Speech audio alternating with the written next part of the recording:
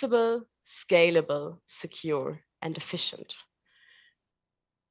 Taking a quick look at the timeline, so what has happened up until now? We've started the outreach, started the scouting for the startups already in September of 2021. The startups had time to submit their application up until the 30th of November. From all the applications, submissions that we have received, we shortlisted 20 teams to join us for an online bootcamp. Online bootcamp, 1 week of ideation to show us theoretically how the idea of the startups work on MindSphere and how obviously they also tackle the challenge. We ended up the bootcamp with an online pitch day. We saw all 20 teams, and from those 20 teams, we've decided to go with 5 finalists that are here with us today. Welcome, everyone. We are really happy to have you. So those finalists now got the challenge to work on an actual MVP. And this is what we are going to see today. The finalists will show us their MVP and their presentation. So we're here at the final pitch day on site at Expo 2020 in Dubai in the Siemens Experience Center, and we cannot wait to see the pitches of our 5 finalists today. So just the agenda here again, this specifically for the future industry hack. We will have the pitches up until 5 o'clock. Then we go into a jury deliberation to see who is the winner. And we will come back here to choose the winner, to do the winner's announcement. And for everyone who's on site, we will end the day with a dinner party. I want to quickly thank the mentors. We've got some great help throughout the bootcamp and also the on-site hack. So I want to give a huge thanks to Afzal, Brito, Christoph, Peter, Wilco, and Harald, who've been with us, who've helped the teams, who've guided the teams. Thank you so much. I want to give a huge welcome to our jury. We're really, really glad to have our jury with us. Most of them are actually on site, so welcome. We're really glad to see you all here. Huge thanks for being here and have fun for judging the teams. Thank you to Afzal, Johan, Peter, Rainer, Atta, and Somnat. We will see some of you also later again on stage. Quickly looking at the criteria. So what will the teams be judged on today? We will judge on the fit to MindSphere, on the level of innovation, feasibility, adaptability, the business value, business impact, and the sustainability value, sustainability impact. So this is what you are going to see in the pitches of the teams today. The format of today will be 8 minutes of presentation by the team, including the demo. We've asked the teams to pre-record their demo, so that will be shown included in the presentation as a video, followed by a 5-minute Q&A. So the jury that we have with us on site and also remotely will be able to ask some questions after the pitches. Let's have a look at the running order. And as you can see, we had a really hard hack week. Nonetheless, we also tried to have a bit of fun. So we gave the teams the challenge to send us the funniest selfie with our little Expo robot. And this is basically the outcome of it. So thanks so much. I think we had a great week and we also had a bit of fun in between and did not only work. So let's look at the teams. We will start with 40 Factory based in Italy, followed by AccessHub coming from the Netherlands. And next we have Fortifyedge based in Australia. We would see H2Ok Innovations from the States.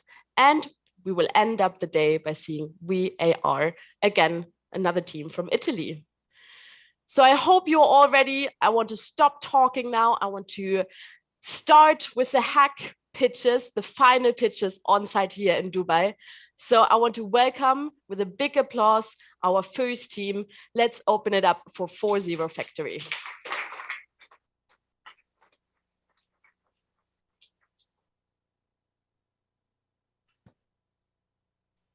Good afternoon, everyone. I'm Federico. And I'm Filippo.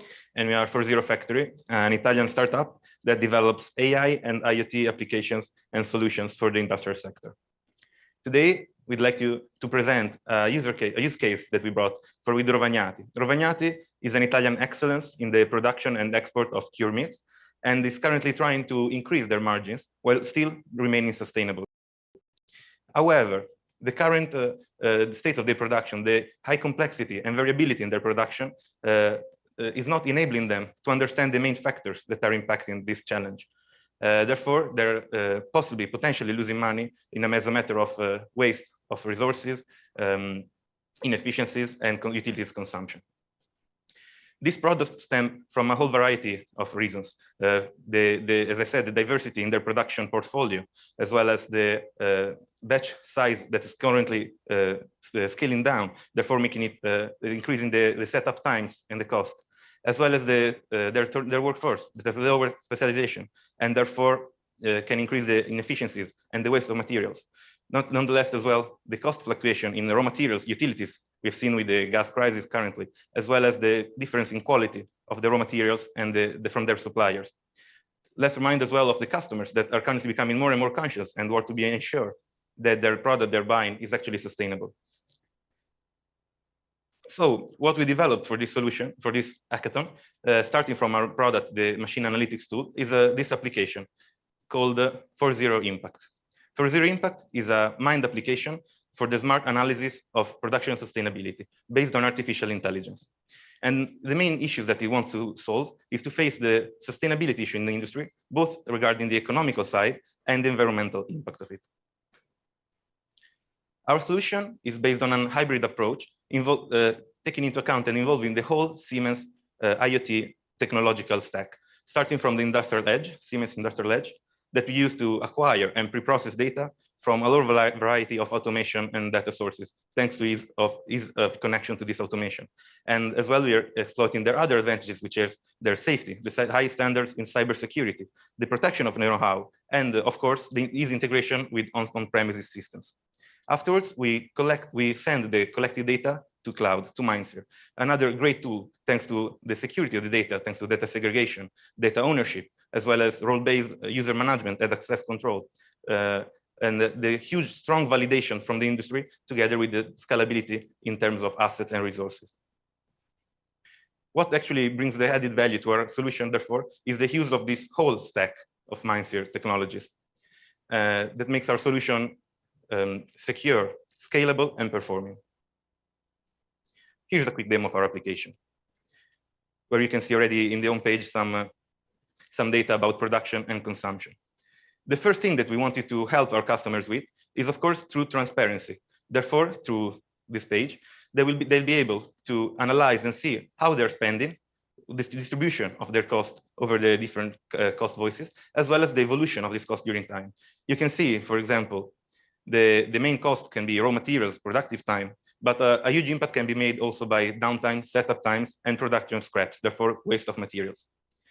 For example, if we focus on this last element and look at the evolution in time, which will now be seen on the screen, you will see that the value of production scraps is more or less constant. However, there are peaks and dumps, which can be alerts of some ongoing issues or inefficiency in the production. So the second step that we developed for this hackathon is the statistical analysis. We constructed this heat map. This is a correlation matrix that performs a correlation between all the utilities and consumptions, such as production scraps, as we said, and see the correlation and the impact that the parameters of production, such as the supplier, the line, and other parameters can have on this effect. The closer these tiles are to the red, the more the higher their impact. For example, for production scraps, we can see the supplier can have a huge impact. Just by clicking on this, we can see, for example, that one supplier in particular is actually increasing the cost and the waste of materials for this production. Therefore, Rovagnati could go to this supplier and tell them, ask them for a discount or for higher quality material. We can also see from the heat map another parameter that's actually impacting on the production scraps, which is bar time, the time that the production, the meat bar, spends waiting in line. As we can see, there's a correlation between these two factors. And Rovagnati could also try to improve internally their production, and in order to reduce this bar time, to achieve a saving in production waste of up to 0.2 kilos per 1,000 pieces. So the real core, innovative core of our solution that we prepare for this hackathon is the sustainability index. This index is the outcome of an artificial intelligence model that we developed that basically telling us how the impact is analyzing the impact of our production on the environment.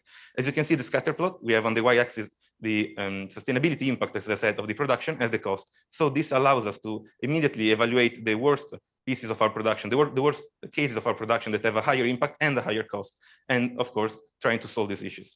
Another very important tool that this page allows, very important function, is to actually make comparisons. For example, looking at production points at the same cost, we can evaluate which one has a higher sustainability impact, and therefore analyze the causes of this, and maybe try to intervene and improve our efficiency. This is what we've done for this hackathon, but we're already thinking further.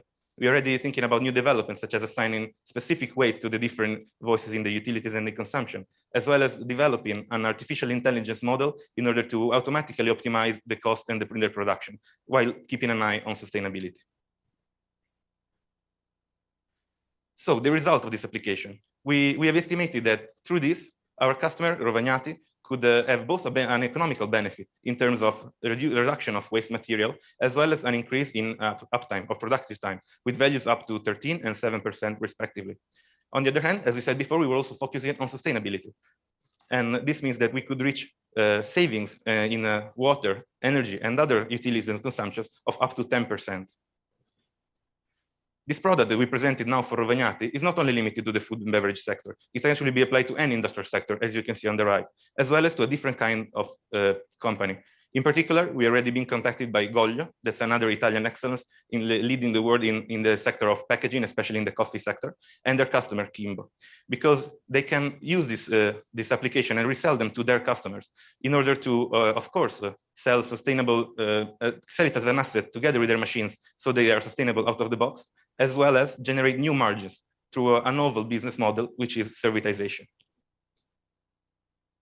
I would like to thank you all for your attention, and we are open for any questions.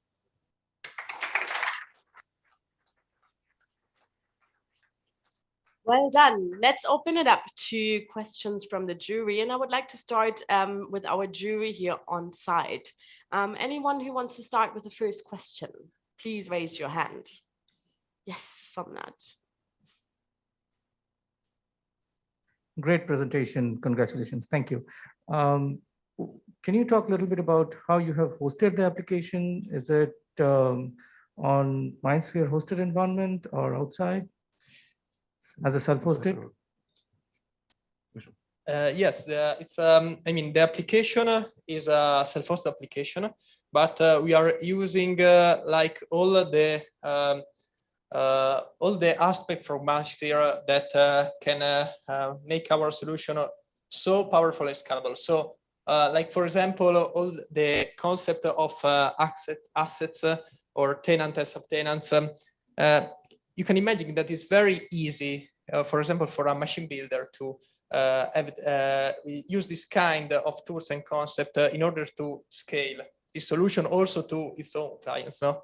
Because at the end, this is the goal, no? For a machine builder that take this kind of solution is to scale this solution to his own clients. So MindSphere allows us to use all this concept, and in this way is very different from just providing an application on a virtual machine with the same front end and maybe the same elaboration on the data, but not with the out of the box scalability and security also that we can get from MindSphere. Thank you. Perfect. Thank you. Next question. Yes. What kind of business model you're planning to run for the OEM and for the end customer? Yeah, we have two different business models. For the end user, what we do is like the one-time cost for the development and configuration of our solution, and a recurrent fee, because with an end user there is like a fixed number of plants and machine. For OEM, what we provide is a one-time cost for the configuration on the specific line, a specific asset, but then the recurrent fee is, I mean, it's not recurrent, but is for machine. So whenever the machine builder configure a new line, a new machine, and he wants to add our solution, there is one-time cost. And then that's it. No more cost for the machine builder. In this way, also for machine builder is very scalable because, okay, you want it, okay, take it. Then the machine builder will have his own like a business model in order to sell, in order to just use the application for his own internal service as he prefers. But in this way, it will be scalable and manageable also for the machine builder. Thank you. We've got another question coming from Afzal. Great pitch. I can see, how the journey is done. Well done, guys. Where it started, where it is today. My question is, can you please touch on the AI part of it, which you're using, and how scalable is this, for kind of data? Yeah. Yeah. Thank you. So since our foundation as a startup, we have always worked on the algorithm and the AI part, machine learning, all based on data driven. But what we have always done is try to make this algorithm scalable. Because one problem with machine learning is that maybe you can have a super fancy algorithm, supervised algorithm, but you have to have a team of data scientists that work on the specific data, pre-process data, elaborate data. In order to do this as scalable as possible, in this case, we have applied an anomaly detection algorithm that actually works on some data that the user say, okay, this is my reference period. And so this algorithm is telling to the user how much are you sustainable respect to the best of yourself. Even if because there is not like a common measure of sustainability, of course, because one production plant is very different from another. So it's a full data-driven approach based on anomaly detection and simple algorithm. Simple algorithm because we want to have algorithms that are understandable, that you can explain the results. We try to avoid the super complex neural network because maybe you can say, okay, the algorithm is telling me that I'm very low in sustainability, but if I cannot understand why, it's useless in the end.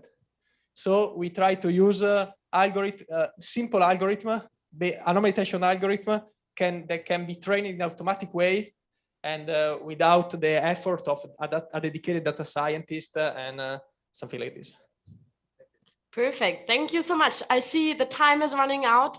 Congratulations. Well done to your presentation. Thank you very much. Thank you. All right, everyone. So we've already seen the first team, and I bet you cannot wait to move on and see the next team.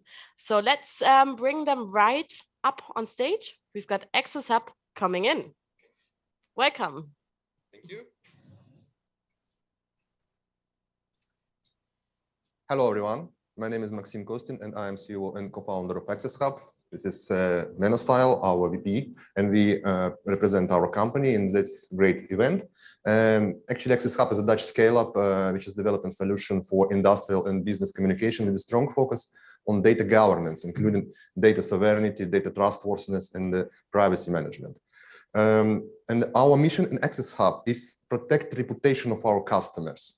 Because we all live in a digital world and it brings a lot of opportunity for all of us. On the other hand, it brings some problems. And one of them is that sometimes our decisions, we should rely on some untrusted data.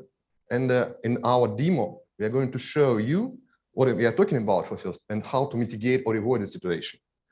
So let's imagine that we are based somewhere in Amsterdam, in the Netherlands, in some average vaccination location, and a lot of people are vaccinated there. But some of them have a legit question about how safe is my vaccine. I'm not talking about side effects because it's out of scope of our knowledge. I'm talking about some potential problems with environmental conditions, because we know that vaccines are very sensitive for different temperature regimes, for humidity and some others. And it's a good question, actually. And do we have answer? Difficult to say, because if we have a bad answer, we can just lose someone. It's good. It's very bad. So, and a very important point is that chain, that's entire life of the vaccine is pretty long and consists of different stages and many partners involved and many different techniques involved, different sites involved.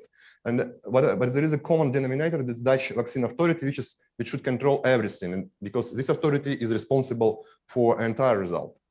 And we propose to help Dutch authorities by installation of our H2Ok solution, H2Ok devices, and in each particular location and on each site, and connected to existing devices like video cameras, sensors, scanners, and maybe some other type. So our HGA device is a secure appliance with a strong focus on AI, IoT, and blockchain application. And also, it's relatively easy to connect it to some third-party and legacy equipment, just getting some information from different sensors. Also, it acts like a sensor, like a processor for video cameras, and because it processes information on board and sends some records outside of the system without exposing any private information. And also it's important because, okay, that's we are collecting information from different sensors and we send it to the MindSphere, to any IoT platform, but in our case, we use a MindSphere. And in a parallel, we send hash values of this data to the blockchain, fast chain, or any type of distributed ledger. Okay, so that's we are collecting data, that's good. But we need also to process it on and verify data with the blockchain, for example. How to do that? So answering this question, we have developed two applications. Both based on a Mendix platform, a mobile one and a web-based application. And we have also developed our Trust API. This is an API server which is registered on MindSphere and provided 3 endpoints to any third-party applications. These endpoints helps external developers to verify data with the blockchain, decrypt data, or check signature. It depends on business needs. So coming back to our vaccination location, and we will see how it works. So we can see that in some location, we have a new container. Of course, it's head protected, but it's a demo, of course. And the administrator of this site must need to scan the code on this container because this information goes to MindSphere and blockchain. Also, he needs to pick out some temperature sensor inside with the collected historical data and put this information to the MindSphere system as well. And next step is to scan barcode on the vaccine box. And with our mobile application, it's relatively easy. And main purpose here just to know that if it's good vaccine or not. And the application is performing some API calls to both MindSphere and our blockchain backend. And now we see that that's good vaccine, so that we can use it relatively safely. Unfortunately, actually, this is a message, so that it means that everything is fine. But unfortunately, there is an opposite situation. When we scan vaccine and something going wrong, because our system say that's alarm because we cannot find some information or we have identified some wrong information. And we have to call to the our main guys from a Dutch vaccine authority, and they should initiate some investigation. It means a dedicated person from this authority goes to MindSphere, run AccessHub application, and they need to also enter vaccine ID to see everything was going wrong with this vaccine. Here you can see some abnormal behavior of temperature sensor on some manufacturing plant. You can see that the green line is non-verified data, and the black line is data verified with the blockchain. And we have some abnormal behavior, some peak, which was detected by trusted data. But for some reason, we don't see on a green line. So we continue our investigation. So we can see a lot of different events generated by camera, sensors, and other equipment. And we see that in some point, camera didn't detect anyone on a production plate. And at the same time, oh, that's on the last one. That's not, yeah. Yeah, you can see it here. There is an alarm that temperature level was exceeded. So, and here's the problem. So great, now we save life. Bravo, MindSphere, bravo, AccessHub. But it's not only one problem actually, because the problem is much broader, because we rely on trusted data for many decisions we are taking. And of course, it can destroy reputation and can create many problems. We had a great presentation about MindSphere a few days ago. And my question was actually, that's what will happen if someone will inject modified or corrupted data? And actually, I think the answer is obvious. So our solution is to provide end customers option to implement up to 3 additional layers for the data trust, including end-to-end encryption, data signing, and verification data with the blockchain. So business value here. First of all, that's of course for end customers, MindSphere for us. We just created trust relations between all participants of chains we are working with. But on the other hand, we open new opportunities because based on this information, on trusted data, it's possible to implement solutions like smart contracts, supply chain management, digital warranty control, predictive maintenance, and many others, many new opportunities for all of us. And for big companies like MindSphere, like Siemens, it's also possible to open new markets with the sensitive data, high value data, critical data, because we provide trusted data. So we truly believe that digital data governance is an important or maybe even crucial part of the economical growth. So that's, and the sustainability here is quite obviously, because that's, if you can manage it in the right way, so that's of course we help economic to grow. So this is the main our intro to sustainability factors. And our main asset, our brilliant team, which is truly international, our headquarters in the Netherlands, our development branch in Estonia, two main guys are here. So yeah, just we want you to become a master of your data, and we know how to help you. Thank you very much. Well done, well done. Let's open it up to any questions from the jury. And I can already see the first one coming in from Ata over here. Thank you, guys. Excellent presentation. Who is your target customer in terms of selling this solution? It's slightly unclear to me in the presentation. Yeah, actually, we have different groups of customers, and we already have we provide solutions for originality tracking of. They are based in France, and France subsidizes some programs when it's possible to provide some proofs that some operations were done in France. So it's an important point, and we are doing it with this solution, and we expect to increase functionality for them, and they're also interested about that. Good example is McDonald's. It's not our customer yet, but they have quite a complicated supply chains. They have quite a distributed network of different locations to be managed with some video cameras, and they also take care about privacy and other. So that's, and the important things, I think, it's technology vendors. For example, some medical technology, medicine technology, like vaccine, by the way, when you have some technology and you want to control and you want to be sure that everything was done in the right way in terms of fulfilling all requirements you have for your partners who is using it. This is the idea. So that's it's pharma business, it's food companies, and for us, I'm afraid that's possible, but it's just in some consortium with the big names, maybe with the Siemens, because yeah, that's too ambitious for us yet. All right, thank you. Do we have more questions in the room? Yes, Samnat.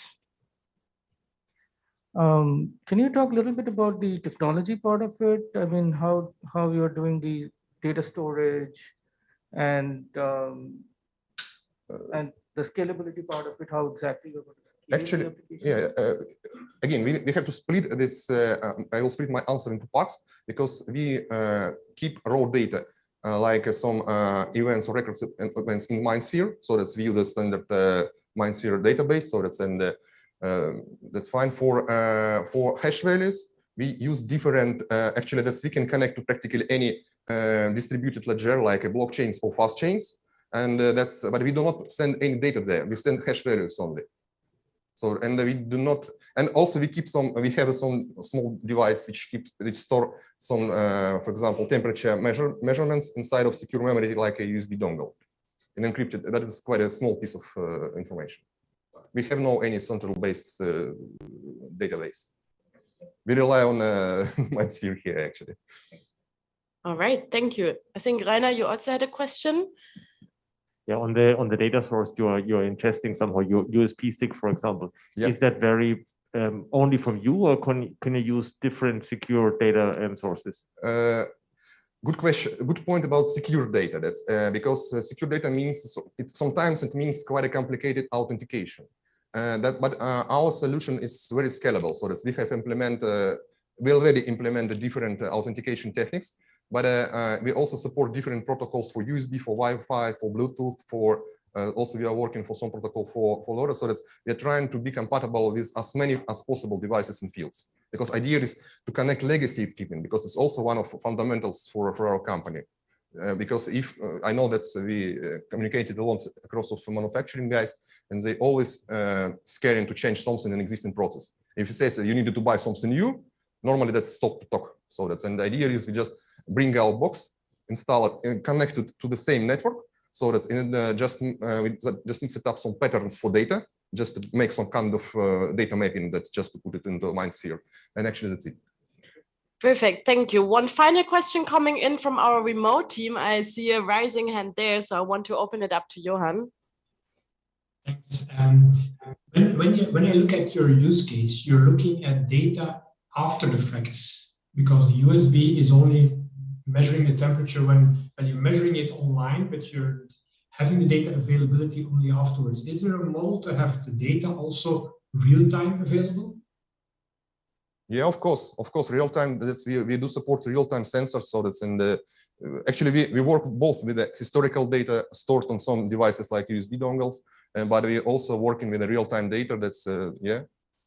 And also that's, in a supply chain environment, so not in a factory. Absolutely, yeah. And that's a good point, because for real-time data, and mainly for, let's say, for data requiring high bandwidth, we're using fast chain technology. This is a type of, let's say, buffer before a blockchain, just to work it fast, because blockchain is quite a slow technology for big amount of data. All right, perfect. Right in time for ending the Q&A. Thank you so much. Well done for your presentation. Thank you all. Okay, and let's jump right to our next team. And I want us to welcome Fortifyedge. Thank you, Ollie. Good afternoon and welcome everyone around the world to Siemens Hackathon this week on MindSphere. So it's been a great privilege to actually come here. I'm Malcolm Layton. This is Peter Pad. We're the founders of Fortifyedge. Biometrics, by their very nature, are very cumbersome when we use them. We've created a new form of biometrics authentication that allows secure and high mobility for industrial users and customers in settings such as hyperconnected and smart city and industries of the future, as well as first responders and people with heavy PPE. Today's solutions for those people include passwords. They include voice, fingerprint, usernames, passwords. But how do you use that in the field? How do I use it on a factory floor? Or if I'm a fireman facing a fire coming down a hill or coming up a hill, how do I use that? What if we could provide a silent form of authentication where access is transparent and secure? It is done just in time when the user requires it.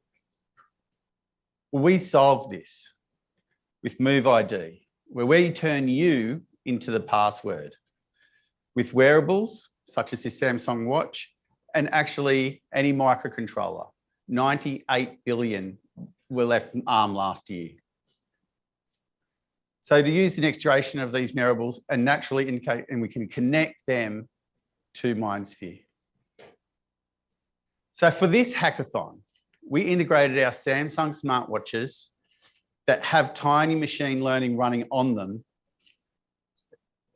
to showcase the possibilities and provide a seamless access to every potential piece of information or device connected to this MindSphere ecosystem. We integrated the wearable, we developed a lightweight machine learning algorithm, and we integrated it into a single pane view of MindSphere for your customers.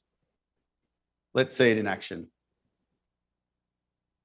Hello, let's see how the smart sensor authentication Move ID can be used with MindSphere. This is a MindSphere Easy Dash with 3 users sensor data streaming. It's a very low score as the watch is on the table. Let's make Malcolm walking.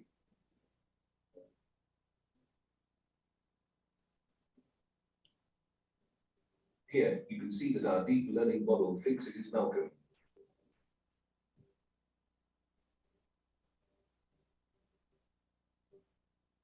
Then, what happened if Peter took Malcolm's watch?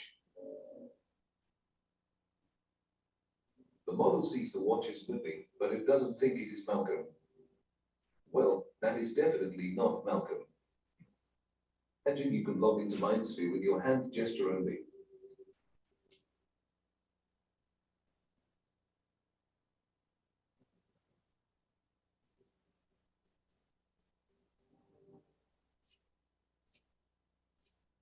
which can prevent Peter accessing Malcolm's MindSphere launchpad. Thank you for watching.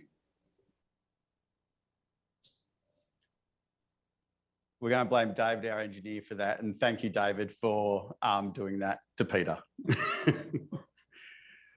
So what's the value of this and what's the impact with MindSphere and actually everyone around the world? The possibilities of scalability for Fortifyedge to transform access and the experience of access, as well as achieve new and improved responses to greater attacks, such as zero trust and zero trust architecture that we use, so that then we can work from the edge to the cloud, supporting multiple customers and deploying models. There's one more thing. The expanded machine learning predictions in MindSphere connect to everyone's IoT. Everyone's. If you've got an IoT device on there, we can connect to it. You can understand from that the status of a user. And are they safe to proceed or use or continue with what they're doing? We do this and we can respond at the speed of relevance to what you're doing. The firefighter needs a very different response time to the mum controlling Netflix for her kids. So we bring this to you so that you can see that. We've actually got Eileen, our data researcher, and you're about to see how we did this. Projects that we've been working on is a wearable device that can automatically and continuously track individual status to predict whether someone is perhaps physically or mentally fatigued. This is informative for jobs which require workers to be at peak health to provide an objective measure that could assist others in deciding who is fit to work. So this is a demo of one of our preliminary deep learning models running on the MindSphere platform. We've taken movement data collected from the Samsung watches for our fatigue prediction task. And this is just a bit of exploratory data analysis on the 6 different signals that we've used. So this is a walking dial where the left is walking while not fatigued, and the right displays what the signals look like after someone has done some intense exercise. So scrolling down a bit is just a bit of data prep to convert the data into the correct format so that it's trainable. And down here we have our deep learning model, which is built using TensorFlow. And this model takes in signal data and tries to predict whether someone is fatigued or not. That's a binary classification task. And as you can see down here, this is a bit of our training log. We've also successfully evaluated our model on the testnet. And as with all our models, we convert the TensorFlow model to TF-like formats that can be readily deployed onto a device. Thank you, Eileen. So you can see the team have worked very hard to bring this together and actually use multiple points of MindSphere to come together to enable your users. We have a great team that have developed this. We're a mix of entrepreneurs, seasoned operators with a diverse background and experience, cultural as well as experience. We bring ethical and safe solutions to the market from our AI and ML PhDs that don't just create, but they teach. We believe in passing our knowledge on to others so then we aren't the custodians. We help grow the ecosystem. We have medical doctors that help us so then we can actually bring the technology, but we can't tell you what the technology does until it's verified by a medical practitioner. The cybersecurity and human experience people help us allow it to be usable by everybody, not just a technical person, but somebody that's on the factory floor, somebody that's actually a paramedic in an emergency situation. They need to be able to respond. And safety systems for multiple industries. This is the background in which we have and the diversity of our team. Finally, as a mission-based company, our values on social and sustainability are embedded in the work we do, the products we create, and just these products hit the 3 primary targets: provide legal identity for all, inclusion, safety, and resilience, and sustainable AI, privacy, decentralized, and available to everyone. Thank you very much for listening to us, and I hope you have a fantastic day and evening. Well done, well done. Let's open it up to the questions. And I want to look in the room. Do we have any questions coming in from our jury members here on site? And I see Peter having a question. Thanks a lot for the great presentation, guys. So very good, well done. What I would like to understand a little bit better, how easy is it to implement it into different systems? I mean, best case would be if you have this variable and it's very easy for you to access not only MindSphere, but all kinds of different systems at the same time, just walking through a shop floor, for example. But that would mean that you would need to have several keys to different systems, all included into your watch. How easy would that be to implement it in different systems?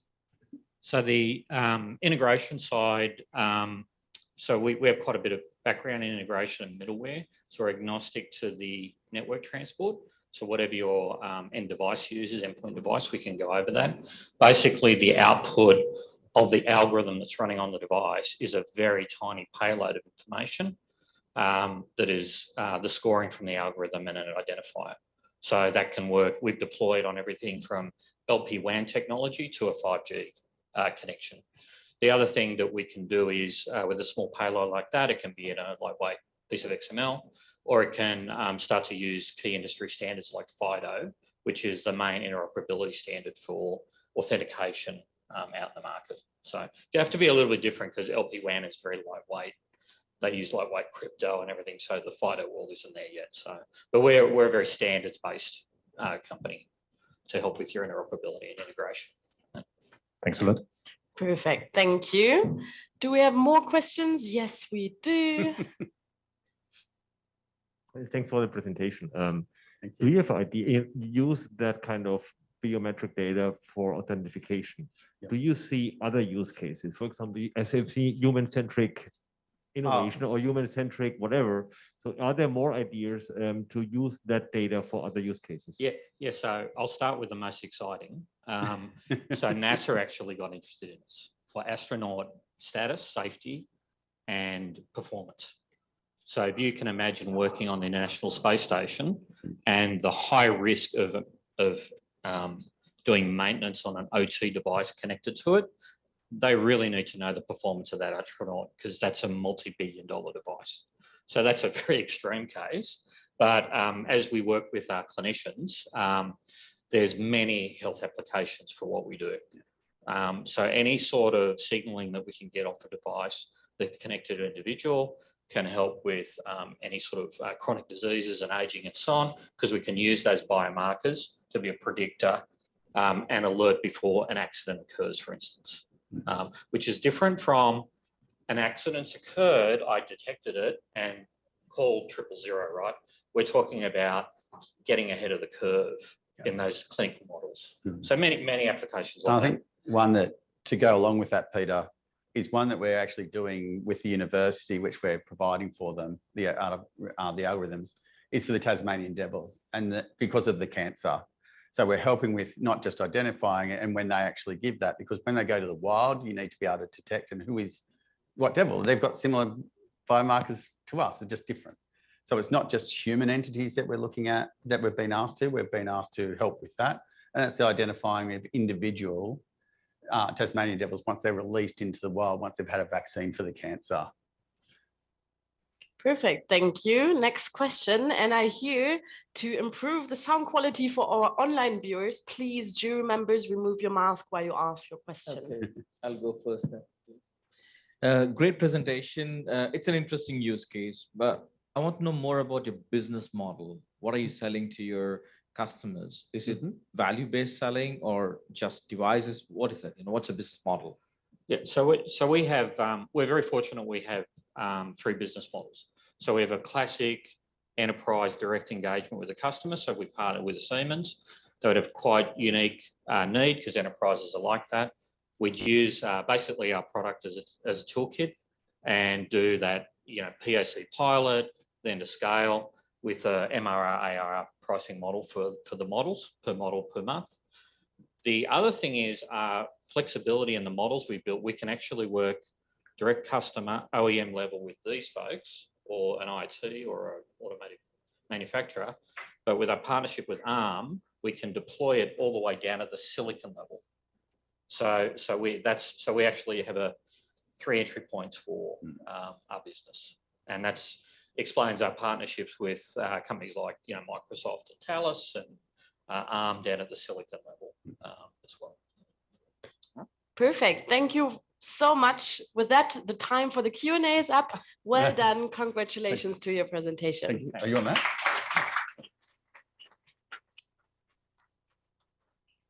All right, everyone. We are not stopping here. No, we are going to ask directly the next team on stage. I would like to ask H2Ok Innovations on stage.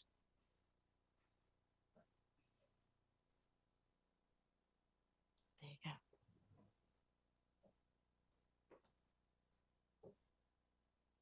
Awesome. Hello, everyone. My name is Annie. I'm the co-founder and CEO of H2Ok Innovations. This is David, my co-founder, and we are an IoT-enabled solution to provide data-driven optimization of industrial liquid and water systems for manufacturing and supply chain. We believe in unlocking previously untapped data for our customers that comprise society's most fundamental sectors to now enable them to gain a competitive advantage in the way they operate, both becoming more sustainable and also more efficient. Quick background about us, we're sibling co-founders coming from a generational manufacturing family, specifically within chemicals, and are passionate about applying data-driven insights to modernizing our industries. But really jumping into the problem here, liquid systems are at the heart of industrial manufacturing. For example, water is critical to be used in production to sanitation, cooling, heating, wastewater, and beyond. Oftentimes, the product you're manufacturing itself is a liquid like chemicals to oil, beverage, sugar, dairy, and beyond, to even hydraulic fluids and lubricants that are used in engines and equipment. And all of these fluids and liquids need to be monitored and managed.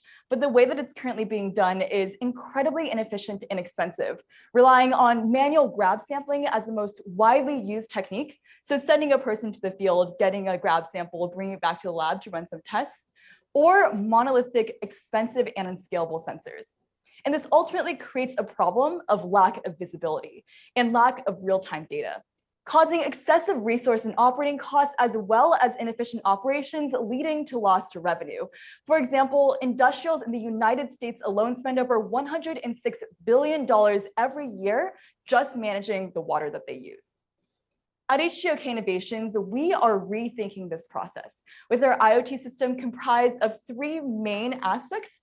On the high level, a network of commodity versatile sensors deployed within the facility in line, connected to a series of our proprietary transmission gateways that allow for bi-directional communication to both the plant control system as well as to the cloud, sending data to MindSphere and to our machine learning-based optimization software, Neptune.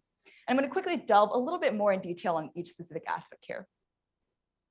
Our sensors are a spectral-based sensor, meaning that different materials with different liquid properties, composition, and quality reflect and absorb different wavelengths of light.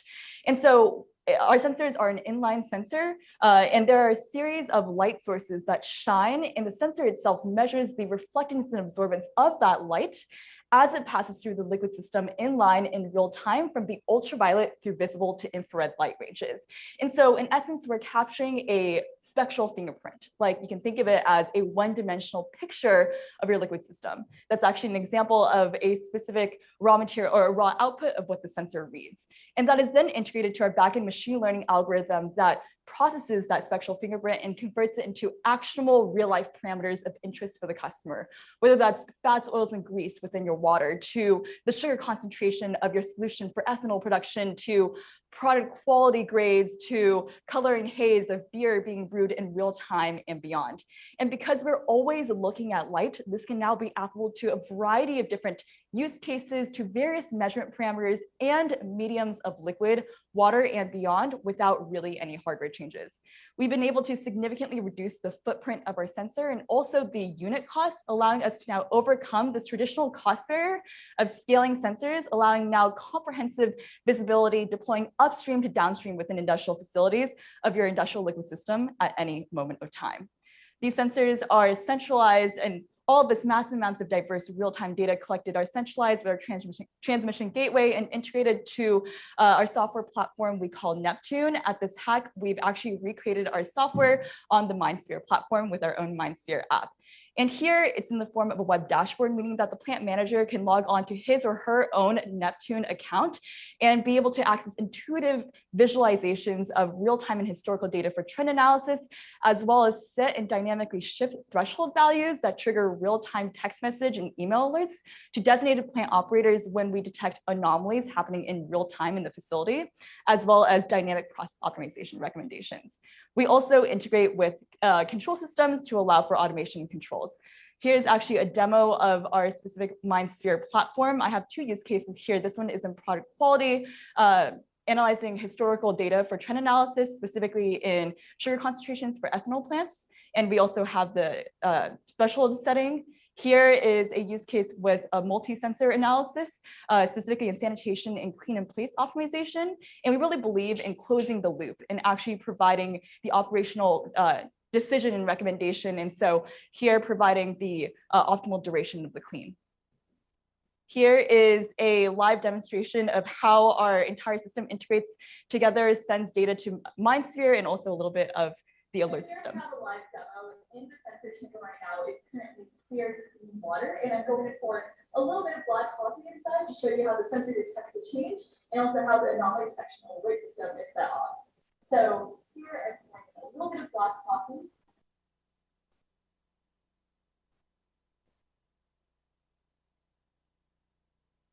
You see, there's the alert. Anomaly detected, location, raw material, live one. And in real time, that data changes as well. And so really focusing on next steps, we are really excited to continue synergizing with MindSphere, really with the focus of integrating the new data that we are unlocking with our system with existing plant and operational data from SCADA, ERP, and MES systems on the MindSphere platform. Future development include utilizing further MindSphere analytics APIs to unlock use cases ranging from predictive forecasting for operational optimization, for use cases like product quality, for example, as well as centralizing and making accessible KPI and real-time metrics tracking for both our customer and for ourselves. And then taking it a step further of actually integrating these predictive analytics to industrial control systems. And so we've really seen real results with our IoT solution already. With one of our customers, our industrial customers, in specifically wastewater treatment optimization, we've actually reduced their waste treatment costs by 2/3 and their chemical usage by 30%, also focusing on optimizing allocation of labor to the highest value add tasks within the plant, as well as enabling sustainability and digitization. Really focusing on 3 target applications that we found, from real-time product quality QA/QC monitoring to wastewater treatment optimization, as well as sanitation and process optimization. We have a subscription-based business model with a return on investment with less than a 1-year payback, generating savings ranging from $100,000 to over $1.5 million per plant per year, based on the application and the scale of deployment. And we really believe there's a tremendous market opportunity within the industrial liquid space, with a market size of just water in industrials in the United States being $26.5 billion, and applications in industrial fluids as a whole, optimization and scaling globally. And we've seen this value proposition of unlocking previously untapped data and now generating data-driven decisions off this new information, resonating strongly with major players dominating the manufacturing market, working with customers ranging from Ecolab to Cargill, Dairy Farmers of America, to Unilever, Coca-Cola, to chemicals, beverage, as well as actually one of the world's largest tech companies in their hyperscale data centers for optimizing cooling of their servers. And we are excited and believe that there's our IoT system is highly synergistic with MindSphere and the work that Siemens is already doing, with customer alignment and applications of our system across the industrial sector as a whole, from food and beverage to refining, chemicals, HVAC, auto, and more. And we believe that our system can unlock additional value and further value for Siemens's existing customers. And really ending here, at H2Ok Innovations, we are making H2O and other liquids okay. Here's our contact information to learn more. Thank you very much. Well done, well done. Let's open it up to our jury, and I can already see our first question coming in here from Atta. Thank you, guys. Very nice presentation. It seems that you are developing a complete solution. So you have your own proprietary item, which is your sensors, and then of course you're doing the data analytics as well. And it goes hand in hand. So you're going for a complete pitch. Any chance that you just work with the third-party systems as well, purely on the data analytics side, where the sensors are already installed, for example, and you just don't focus too much on the hardware side and have the data analytics part independently? Yeah, absolutely. And great question. Thank you so much for asking that. We believe we're creating a full stack solution, but we believe and are really honed in on every piece of this. The 3 pieces here are all incredibly modular, meaning that it is plug and play for customers that, for instance, have devices that they want to connect to our gateways that is completely applicable to be done. And then we can be able to take combinations of different pieces within our system and really tailor it to drive the greatest value for the customers. And so the reason we develop out a full stack solution that you can take certain pieces and combinations of to use for the customer's need is because we see and we believe in the field of Industry 4.0 that there really is a gap between hardware and software. There's a lack of access to the right data that drives the right value to begin with, which is why we are building out commodity and very versatile and application agnostic sensors. And then we believe that there is a problem of centralizing that data to be in an accessible manner. And so that's why we have our proprietary transmission gateways, and then actually closing the loop to make decisions and drive value from that data is what our software focuses on. And so you can pick and play different pieces here as well. And I would also highly want to add that a big part of MindSphere is that we're implementing other sensors that are inside the facility on MindSphere into our software. And so what we have are APIs on the back end that just not takes our sensor, but also you can import facility assets onto our web platform, be able to analyze that and be able to do further predictive analysis with that data. Perfect. Before we move on to the remote team, one more question coming in here. Great presentation. So taking the cue forward, you used the visualizing capability of MindSphere. That's what you tried to show, right? Can you talk a little bit about that? What kind of information that you are bringing in? Because where is the time series stored? I'm assuming it's part of your own system that you're storing. It's only a piece of it that you're bringing it into MindSphere. Is that what you've done? Actually, so we use our MindConnect APIs to send our data from our gateways actually to assets onto MindSphere. Using Node-RED to use MQTT to send it onto MindSphere into assets. And so we pull these assets on into using APIs onto our web app and to visualize it. We also have the ability to pull data from other web platforms as well and data storage solutions as well, and including MindSphere and the assets and data lakes. Perfect. And I already can see a virtual raised hand. So I want to open it up now to our remote mentor, Johan. Yeah, thanks. Great presentation. You're using spectral data. That is a lot of data. Shouldn't there be any edge device in between to do some local processing prior to sending it all to the clouds? Yes, that's a great question. That's the reason why our gateways are actually, we have models on our gateways that run these processes on-prem, especially since a lot of our customers, they need to know that information instantly on the second to even millisecond level. And that's why we're processing that on-prem, and then we're sending it to PLCs, and we also send a copy version of that analysis onto the cloud. And also since we added onto assets on MindSphere, other platforms can also take that data and be able to play around with the spectral data and our process data. Something else I also want to add about the transmission gateways is that we can be able to have those algorithms and those models on the actual device and be able to remote into those devices to make changes. We also have another version of that gateway for very high secure environments, such as data centers, for example, both on the hardware side, security, and also on the software side, security. Perfect. Last quick question coming in here from Afzal. Thank you. Brilliant presentation. You're full of energy. I can see you and going on. Question, when you talk about such scale of data, right? Does it impact the performance of the plant itself? Because throughput, right? You're going through your sensors, for example, you're processing that. And how often do you need to change this? Is it consumables and other things which are involved also in this? Yeah, so the great thing about using spectral data is that you're not using chemicals or chemistries, and so you're able to use this spectral data and continue to kind of collect data without having consumables. And we also implement actually techniques to reduce fouling within our spectral sensors, and because that's a big issue with spectral sensors, and we did a lot of research on that as well. Yeah. Additionally, on the other hand, the spectral fingerprint, so the actual the spectral fingerprint in that 1D picture, you can kind of think of it of that liquid system in real time, is analyzed, processed through our models on the gateway, and then actual the value of clean, not clean, stop cleaning, or product quality is this, fat concentration is this, the actual output and that converted parameter from that spectral data that we analyze is what is actually given to or sent to the PLC or the SCADA system.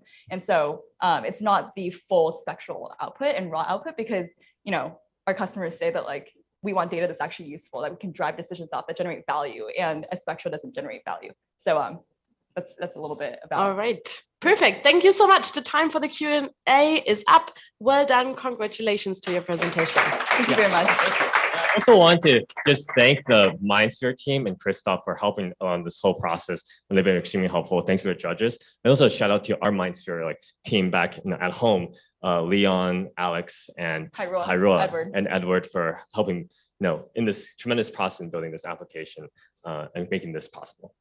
All right, thank you. All right, everyone.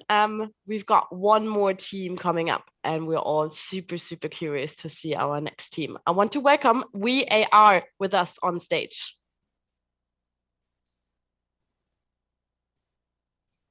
Hi, everyone. I'm Giovanni, and I'm here to present I4OT project by WeAR. So who we are? It's me, Emanuele, who is from remote, and Stefano, my colleague in Italy, who helped me to create 3D models. We are born as a startup in 2014, and we develop XR advanced human-machine interaction interfaces for the industrial sector. Here, we are proposing I4OT, that stands for Immersive and Intuitive Industry 4.0 interface for the operation technologies. The reality is that the IT department usually have to work on reports that have to be as much detailed as possible coming from the operations to improve the products. But usually there is never time for the operators in the site to fill all the documentations. Also, IT has too few time to detail every step that needs to be followed. So OT operators have mobile devices like smartphones or smart glasses that can show the elaborations from MindSphere. But when they are in the site, they just need the essential information in the right time for the right task. So graphics and data are usually not so intuitive during the operations. And mobile applications always need to be downloaded on the store, also are not been well integrated. So our approach is to give MindSphere a body, and this is an augmented reality body. Our application has a front end based on Mendix app and uses the digital twin that is a part of MindSphere world. In fact, IoT and artificial intelligence data can interact with the 3D model, both changing colors or shapes based on the real-time state. Also, when the operator is inside and wants to use the augmented reality machine, he can also have all the documentation at the right page of step that he is performing, or he can choose to use the graphs that comes from MindSphere. So the IT senior designers have a web interface where they can instruct the 3D model where are the parts that are most needed or that requires deeper insight, and use it with a graphical interface that is done only once in the beginning and saves this 3D model in MindSphere assets. Then there's the second phase where visually he operates graphically on the 3D model, and this is based on thresholds always mean or max value. Those values can be retrieved from the MindSphere asset or can be adjusted manually. And then the 3D model is instructed with all the informations that will be available for the operators on site that will connect with in a MindSphere in a Mendix application website, where he can use the map to reach the destination and see the real-time state. Also, he can have an AR wayfinding to understand exactly where the problem is and see it in real time with IoT data. And this can also be an immersive way to interact with. And doesn't it seem an AR metaverse? So when the map is loaded, also it's given the priority of which is the asset to monitor. And thanks to the realism of the 3D model and textures, where you can also navigate to where the asset is and see it clearly and make it side by side with the reality to understand perfectly where the problem is. So when he is on site, the GPS location is given from Mendix, and the digital twin on MindSphere, MindSphere is generated and assigned to the standardized 3D model. So each real asset has its custom digital twin.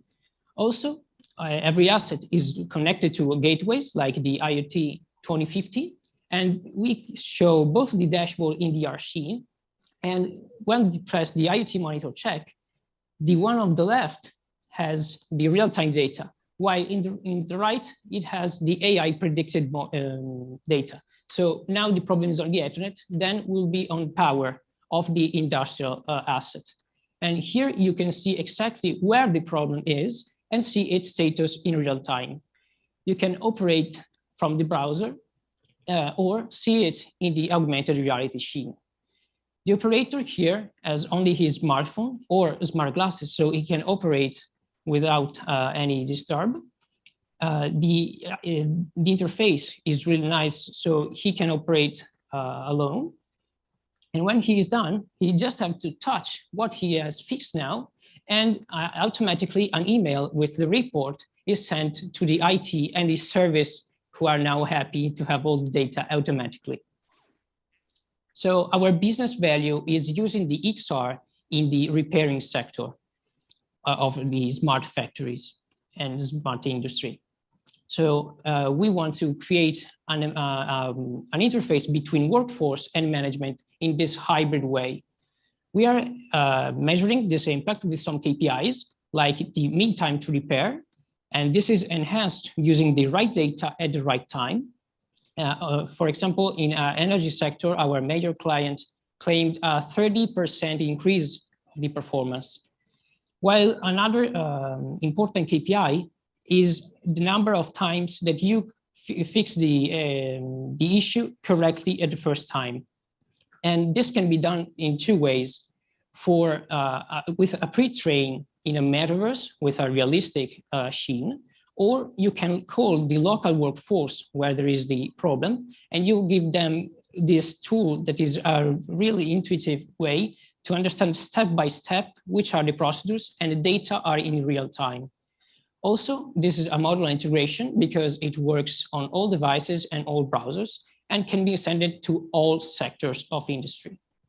We also care to empower workforce of any type of level of education, or even if they don't have used that kind of model or have never seen the machine before, can understand exactly how to operate in that moment, because XR manuals are really, really intuitive.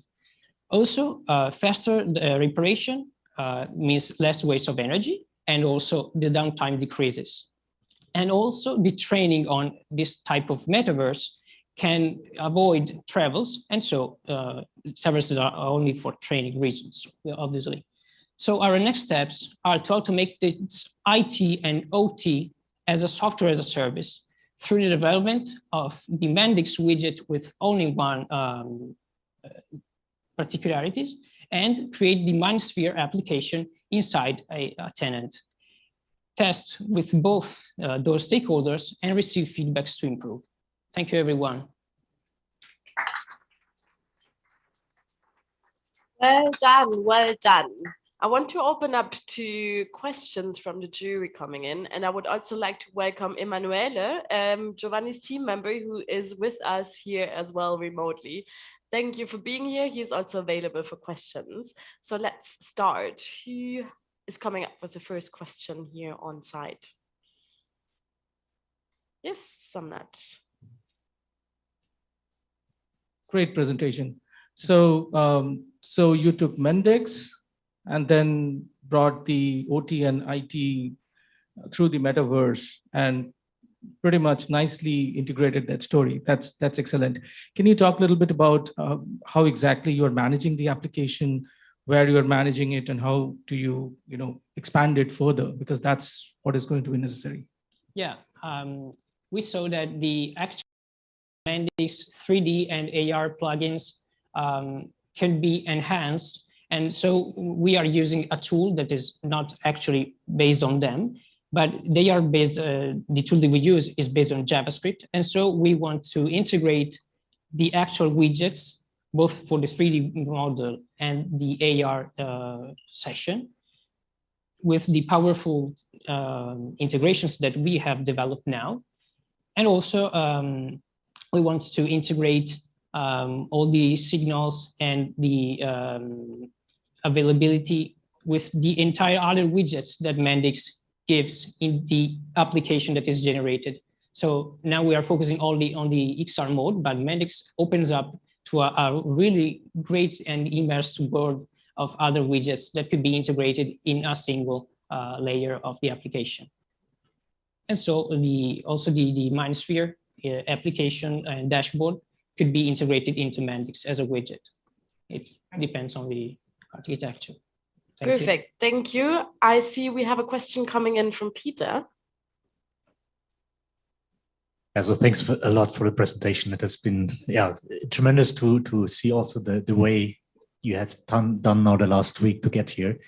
And what would be interesting for me would be the first configuration, basically. You said it, it needs to be configured once. But could you elaborate on that a little bit? Because especially to use augmented reality, there's always this first hurdle to set things up. And if you could explain that a little bit. Yes, 3D models can come from mechanical designs like a CAD, or if the asset is not present, as maybe many times happens in the last mile of the entire facility, we think that you can also use applications that runs on the LiDAR to scan it in really few time, even in 3 or 2 minutes, and have a realistic quality, both of the texture and also the structure of the 3D model. So it can be uploaded on the graphical editor that I show you, and it is a web-based editor. And then you will add or the hotspots to indicate where is the content loading, and thresholds that can trigger then the 3D model to change color or shape. So once the 3D model is loaded, you just have to attach where are the triggers that IoT and artificial intelligence will act on, and then just insert it into the database of MindSphere. That would be a data lake or simply a file. And then those data are shared between the Mendix application and the MindSphere databases. I don't know if you want to, thank you so much for the indication of the pitches. Perfect, thank you. Next question coming in from Afzal. Giovanni and Imalana, you've done a great thing. And when I saw you first presenting and what I see now, it's a huge difference. And I think kudos to you both. And my question is, how scalable is this? Because when you talk about factories, industries, and all of it, can it perform? Because you're also saying it's web-based, right? It creates a lot of load on the browser. So can you really do that? Because when we talk about augmented reality, we expect the device to help and support all those things, but you're doing on web. I want to understand how you're doing that, and can it scale? Yes, this is just a web interface. because the augmented reality Sheen is loaded using the iOS or Android native applications. So it's just the interface, but everything works as it would be an application. So the performances are exactly what could be with an application, but all the interface is done web. And also it can be enhanced with the web tools like the JavaScript, etc. And it's really also scalable because there are a lot of developers who knows JavaScript. For me, I am an example.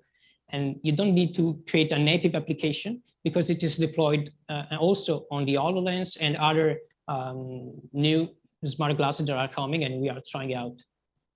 So it's also scalable for the technology. Perfect. Thank you so much. Our time is running out. Well done. Congratulations. Thank you. All right, everyone. That was it. We've just seen our 5 finalist pitches, and you all know we have to go back to do a jury deliberation. So I will ask the jury now to come back to the jury deliberation room together with me. For everyone else, we're taking a short break on site and also online. We will be back at 5:30 GMT +4. See you in a bit. Thanks everyone for being here. Thanks everyone for watching.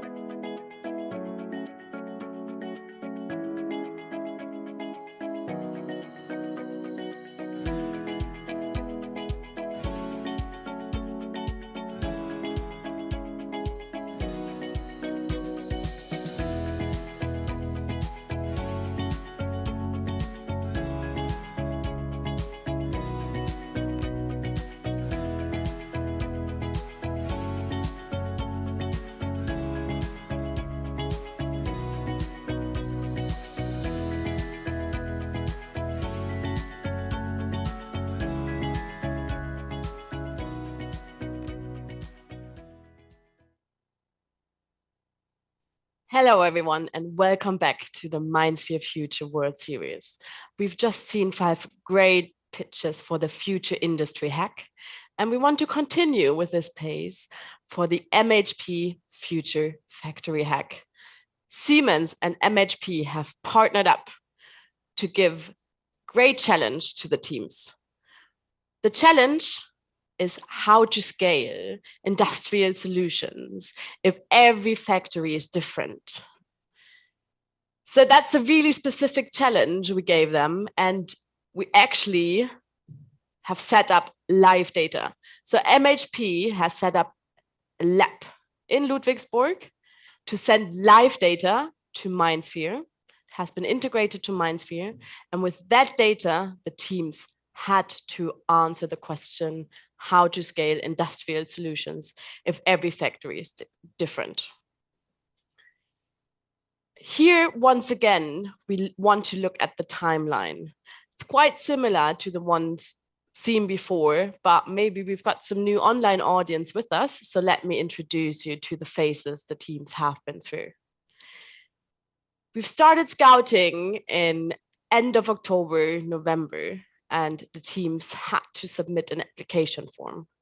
From all the submissions received, we've chosen 15 teams to move on to an online bootcamp, a week of ideation to theoretically show us what they can do to solve the question.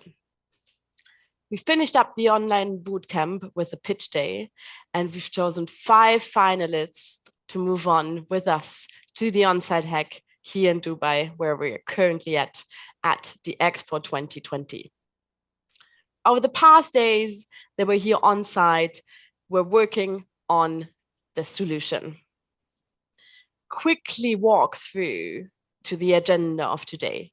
So we will see the final pitches of all of our teams now. After that, we have to go back with the jury to make a decision to see who's the winner.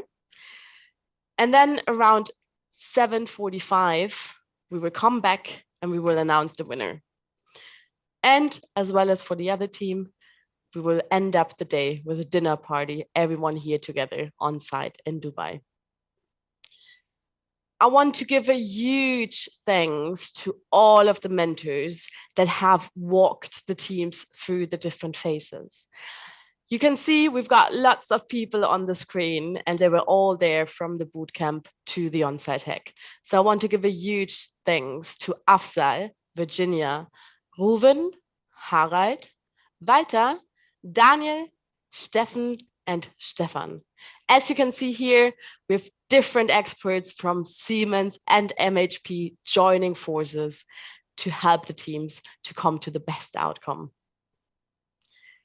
I want to give a warm welcome to the jury we are having on site and also partly remotely with us here today. So welcome to Afzal, Atta, Ralf, Somnat, Walter, Johann, and Dirk. All right, so what is it the jury actually has to judge on today? Let's look at the judging criteria.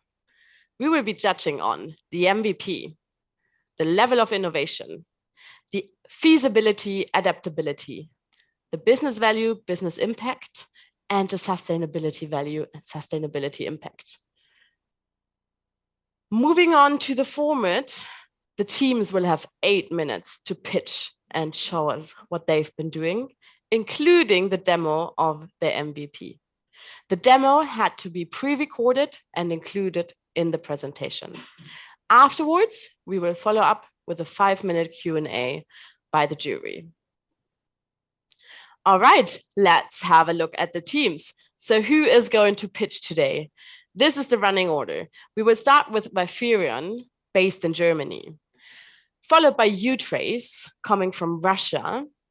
We will see Things Go Social from India, Q-Lector from Slovenia, and we will end up with our last team today, Logic from the United States. So I guess you all can't wait to see what the teams have done, how they solve the challenge MHP and Siemens has given. So let's bring it on let's get ready. We want to see the first team on stage. Let's welcome Wiferion. Thank you.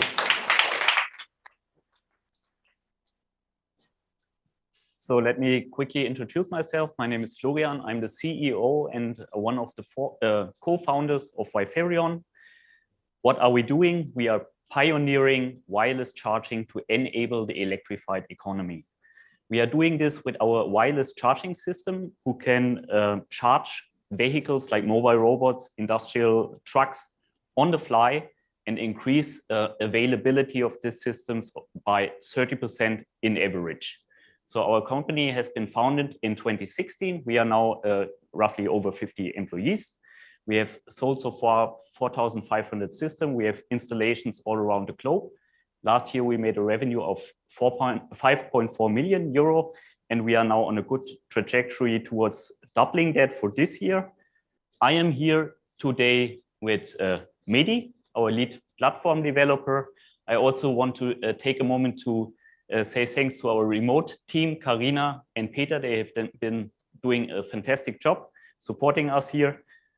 Let's jump to the problem. So the problem we are addressing is the poor operational efficiency of industrial electric fleets. So if you look at this picture, basically it speaks for itself. So it's a huge number of trucks sitting there, being charged, not moving product, what they should do.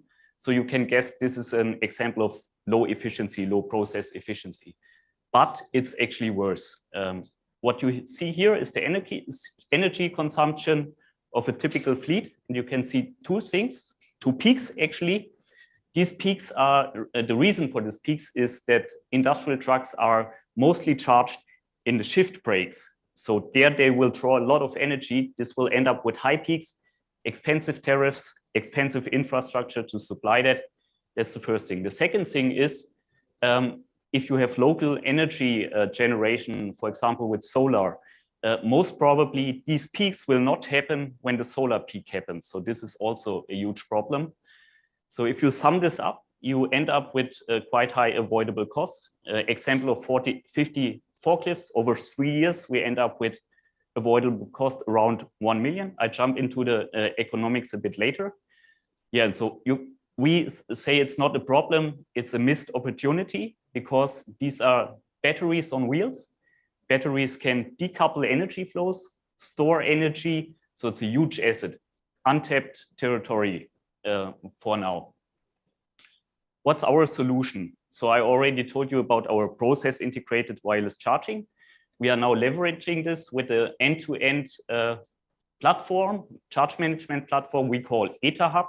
The AccessHub has basically 3 functionalities. We have a charge schedule, so we can determine which vehicle should charge when, at what power, to increase process efficiency. We can tap into fleet management systems to basically also include predictions on the flow of goods. And last but not least, we have a batteries lifecycle management for making predictive assumptions about state of health, helping the fleet managers, and also collecting data for possible second use case of the batteries after first life.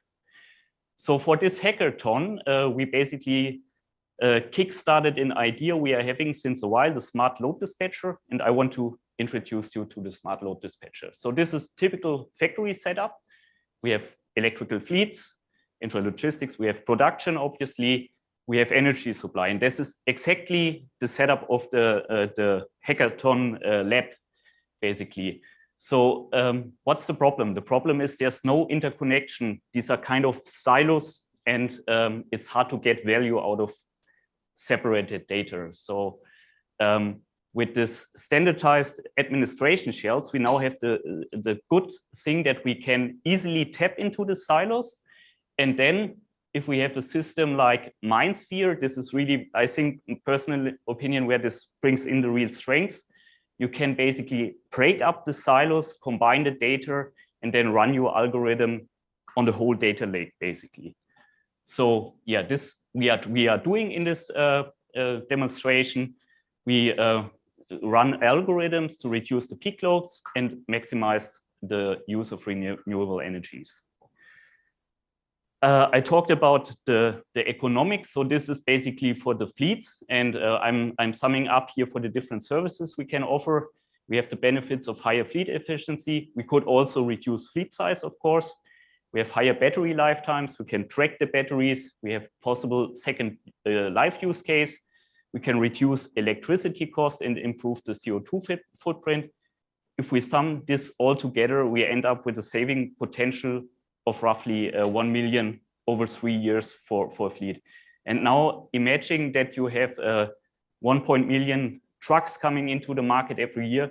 You can see this is a business opportunity as well.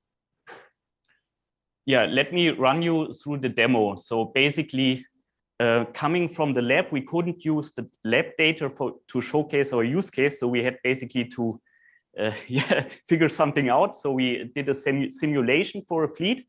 So basically, we spent first 2 days on building a simulation to build up the problem. Afterward, we solved it. Basically, this is what you see here. Just scroll out to a dashboard. I go into the details now. So you see here in the top, basically, the factory setup, 5 vehicles, 10, 15 robots. We added 100 kilowatt local PV. We have the battery. This is really important, battery status, because you cannot just do whatever you want with the battery. There are certain limits. You have here over 24 hours the state of charge development. So this is also important for the algorithm. And then on the left, you see for the energy mix. So we also wanted to look at the CO2 emission. For the energy mix, we used data from available sources for the split up of the sources. And this is basically a shadowed day, typical shadowed day of PV. And this is now that's the fleet schedule, and this is basically the result with the optimization having been run. So you see basically charging power scattered here is following irradiation level or power output of the PV. Okay, so that's that for the demo. Why MindSphere? For us, it's a simple choice. We already have lots of systems connected to Siemens Industrial Edge systems. So for us, it's a really simple way to untap this the potential. We like the simple IIoT asset management. We know that our customers are taking trust in basically the security Siemens is offering. And for looking forward, I would see a MindSphere solution store as a potential way to fastly scale our solution. Yes, sustainability also is a question, of course, important. We can downsize fleets, we increase battery life, we increase resource efficiency, and we can enable the electrified economy. Thank you.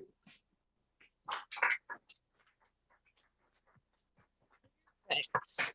Well done. Let's open it up to the jury. And I want to look in the room and see, we've got the first question coming in from Walter.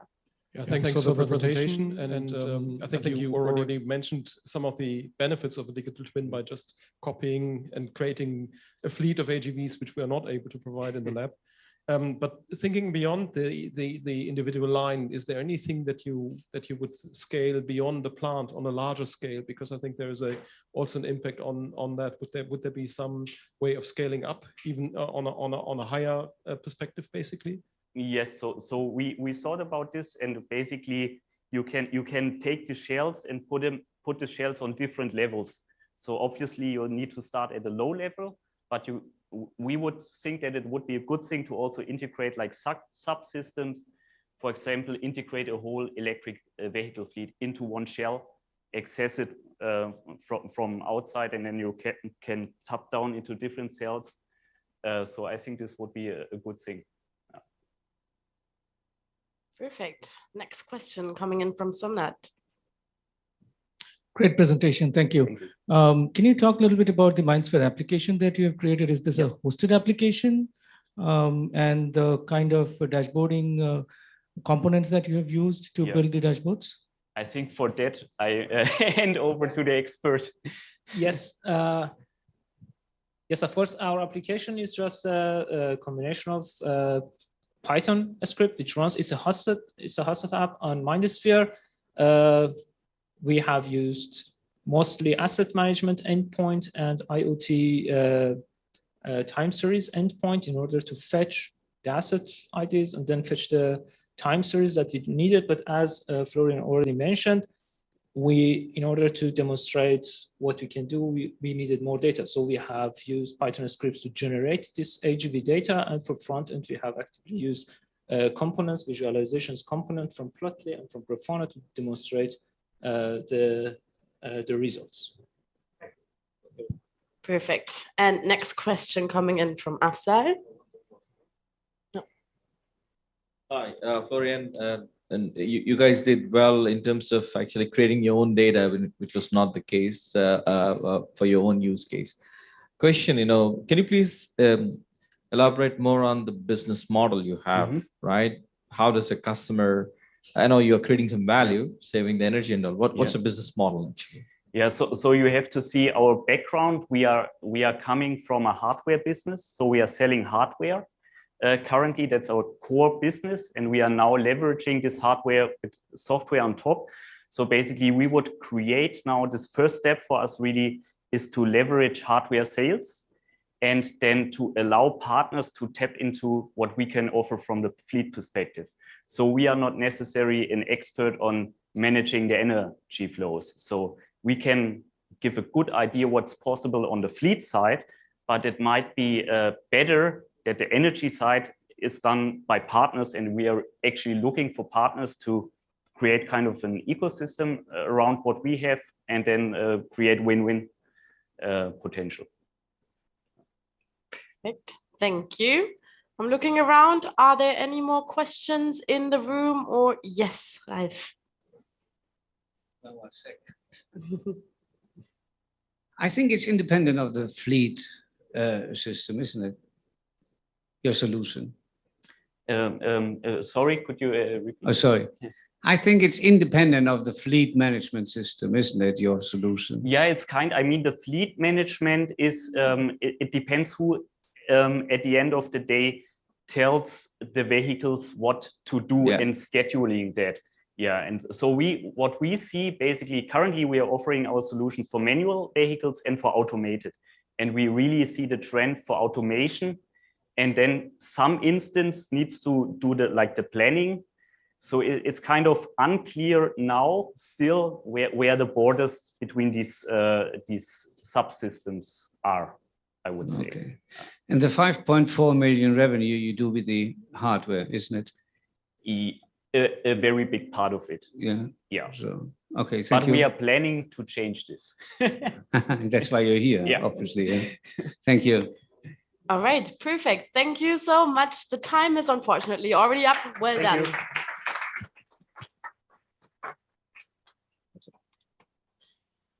All right, everyone. We want to move on directly to the next team. So I would like to welcome you, Trace, with us on stage.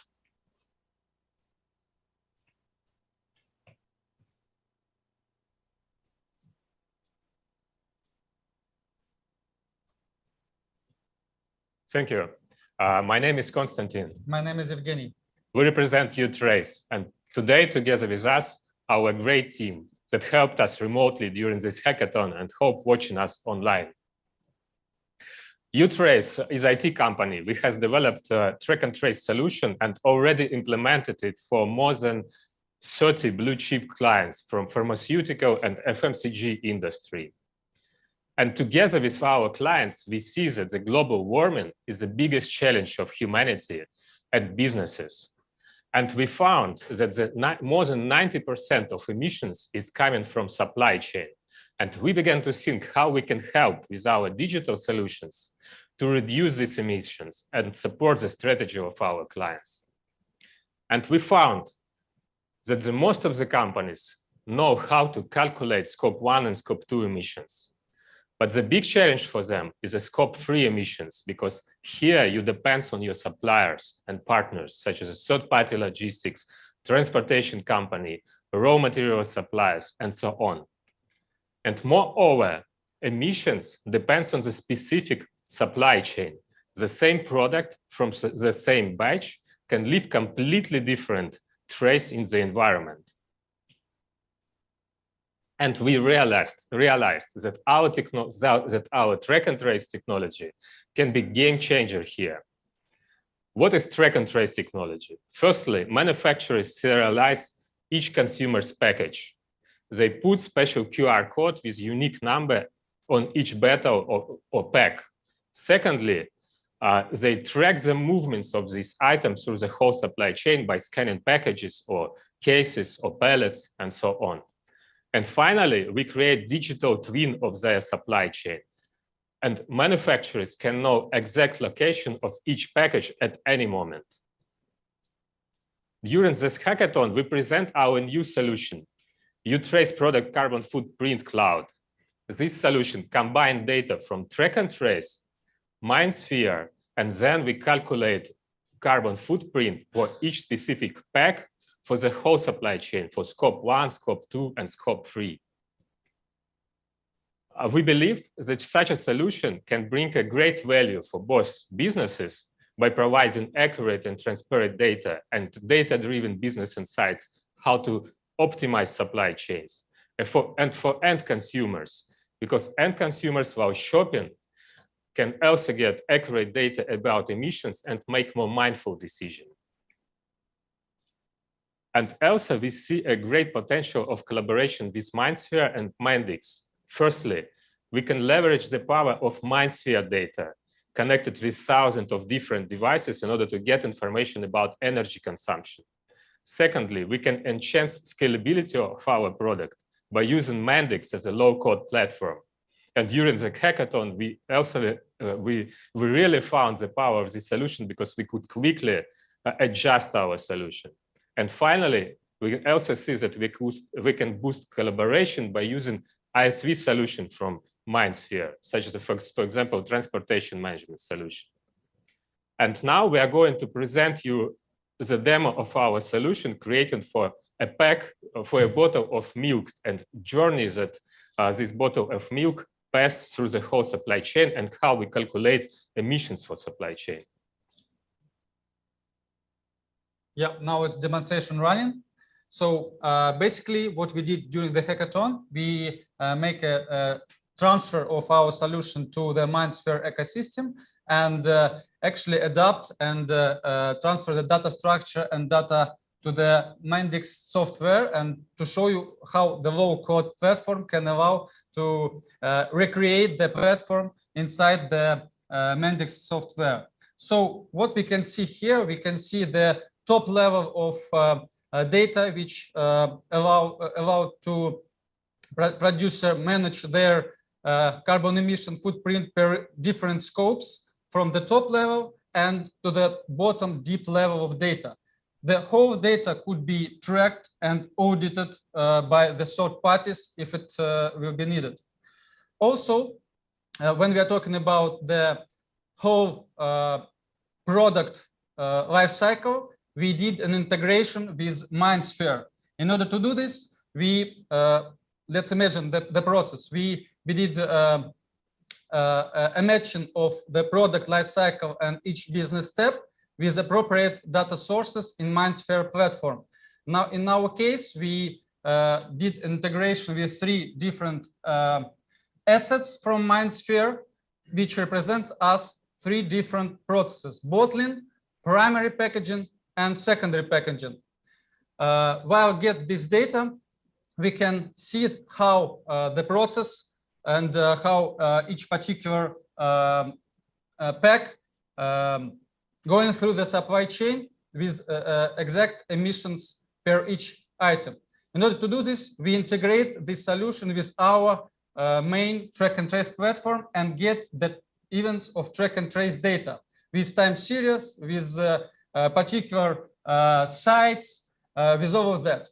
While taking this data, we automatically request data from MindSphere through API and convert this data from initial unit measures, for example, kilowatt per hour, to the carbon emissions measures. After that, we can show how these figures are allocated by different data models to our packs, unique packs. And by doing this, we can see that particular pack of milk could show from which business steps and what kind of emissions were created or were, let's say, spent on its way. But it's not the end. While getting this detailed data, producer can see all of different aspects from the emissions perspectives. For example, per products, per sites, per business partners, and so on. Here we did a simple report for greenhouse gas protocol report in order to be audited. And also here, producer can analyze what kind of processes are worse in the eco-friendly perspective, what kind of best, and so on. But it's not the end. From the end consumer perspectives, we can also share this data with retail or e-commerce or even with end consumer, while getting the shopping in the mall, for example. You can see what kind of emissions was done for the particular pack, and you can take mindful decisions from the energy and carbon footprint perspectives. So it's the transparency of data between producer, supply chain, and the end consumer. Thank you.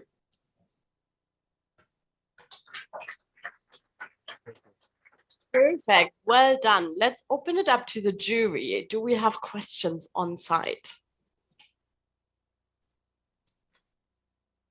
Or online as well. So online, please raise your virtual hand so I can see that you have a question. On site, yes, we have the first question from Walter. Yeah, thanks for the presentation. I mean, track and trace is obviously an additional burden along the supply chain. So what is the incentive for all the participants in the supply chain to work with that particular QR code that you're providing? What is why would they all along the way find a reason to do that? Because it's for them, it's an effort to scan and track these things. Yeah. So first of all, companies for sure implement this traceability for compliance software goal. And for example, if you look at the pharmaceutical industry, it is working all over the world. But we see the trend that the number of industries is growing, and governments implement such requirements for dairy industry, for tobacco, alcohol, and so on and so on. And we see also that some of the companies do it themselves, yeah, because they can get online data about their supply chains, and they can make their supply chains more agile. And we see a lot of examples when companies start, for example, from compliance and then roll out to another countries where there's no compliance requirements. Yeah, it's increased some efforts because you need to scan pallets, but automation, we trying to make such additional efforts as less as possible. Perfect. Because they don't need to scan each package, they scan just pallets during the inbound zone of the warehouse. All right, thank you. Next question coming in from Atta. Thank you. It's a very classic case of farm to table kind of a philosophy where you're tracing it, particularly on the blockchain technology. Your main emphasis is on the producers, and that's where you are going to generate your revenue. Is this correct? Yeah, from business model point of view, yes. So our clients are manufacturers, but if we talk about platform in general, consumers can be all type of the businesses. And the consumer interface is what? Is it a web-based interface? Yeah, for sure. Yeah. So anybody who just have an access can interface. Okay. All right, more questions coming in? Yes. Wait, first go ahead, Afzal. We will have for short time for the question online.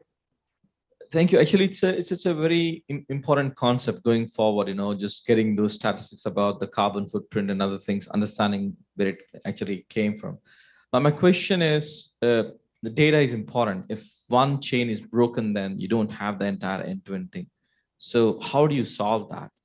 It's important that you have the data from every touch point, but what if something is missing? How do you make sure that this solution is going to give you tangible results for a manufacturer or the end user? So I can answer the question. So when we are talking about the modeling supply chains, for sure, we have to maybe create some process of future route of this product. When we are talking about fact data, which we receive from different partners, for sure, we can lose some of data. And in this case, when we lose some of data, for example, assets not available during this time or some kind of these things, for sure, it have to be done with not online, for example, mode, but sometime later, and then it will be also used in the calculation process. We are not talking about that our solution helps to change the supply chain just immediately when something goes wrong. For sure, it helps producer to find more eco-friendly supply chains by analyzing this data and so on, but not to change dramatically just right now, just because some track or I don't know, third party not available. So. All right, thank you. We've got one last question coming in remotely. So I want to open it up to our remote jury member, Dirk. Okay, thanks. Thanks for your presentation. Track and trace is a really important thing in automotive industry as well. Do you have any idea how we can use your approach in automotive industry?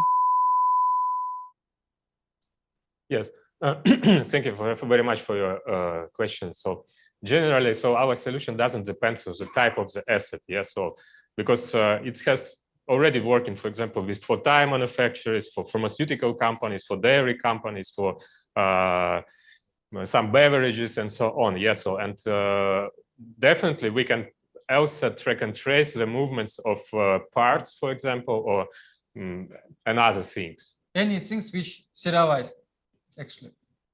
Yeah, and the type of serialization can be different. In some cases, it is a data matrix code. In some cases, it is RFID. In some cases, it's a QR code. Yeah. Perfect. Thank you so much. The time is up. Well done. Thank you for your presentation. Thank you. Thank you. Thank you. All right. We will move on directly with our next team. So please, I would like to welcome Things Go Social on stage with us today.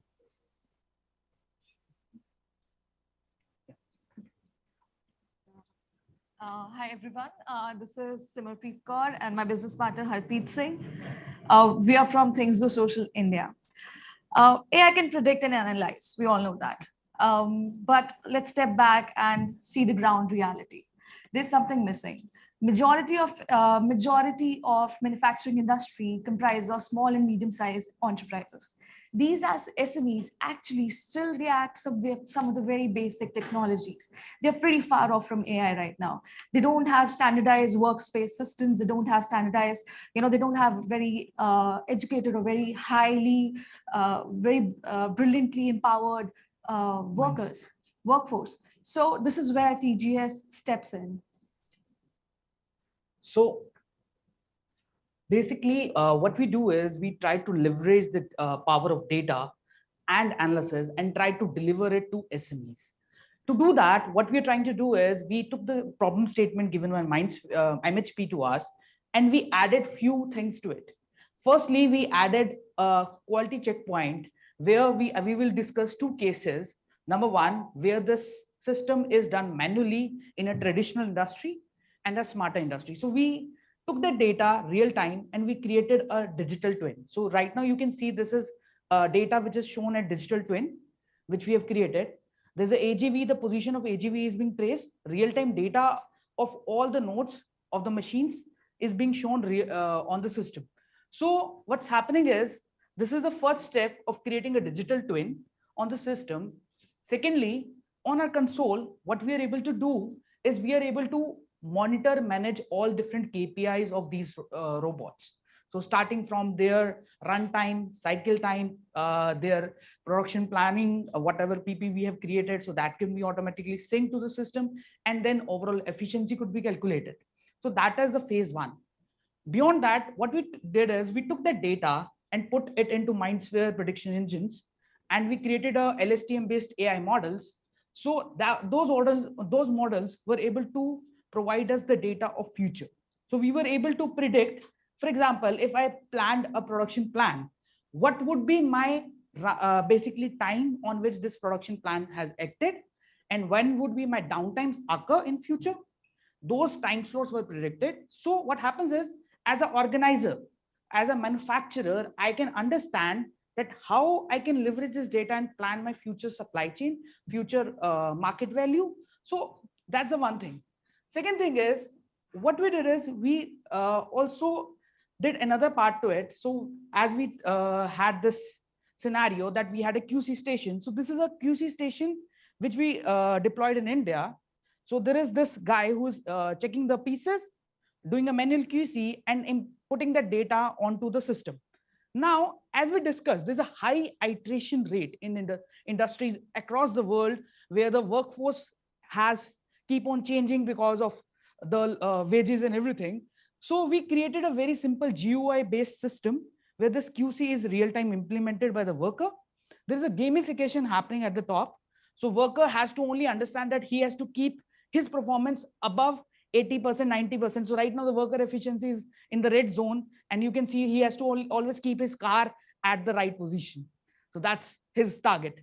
So you don't need to put a lot of training into it. Second thing what we did is, so whatever we took another QC station where this system would be automated using camera. This QC is real-time monitored. And these pieces, so you can see the left piece has some rust on it. So as soon as we keep it, it gets classified, checking about 100 KPIs, which can be automatically trained on the model.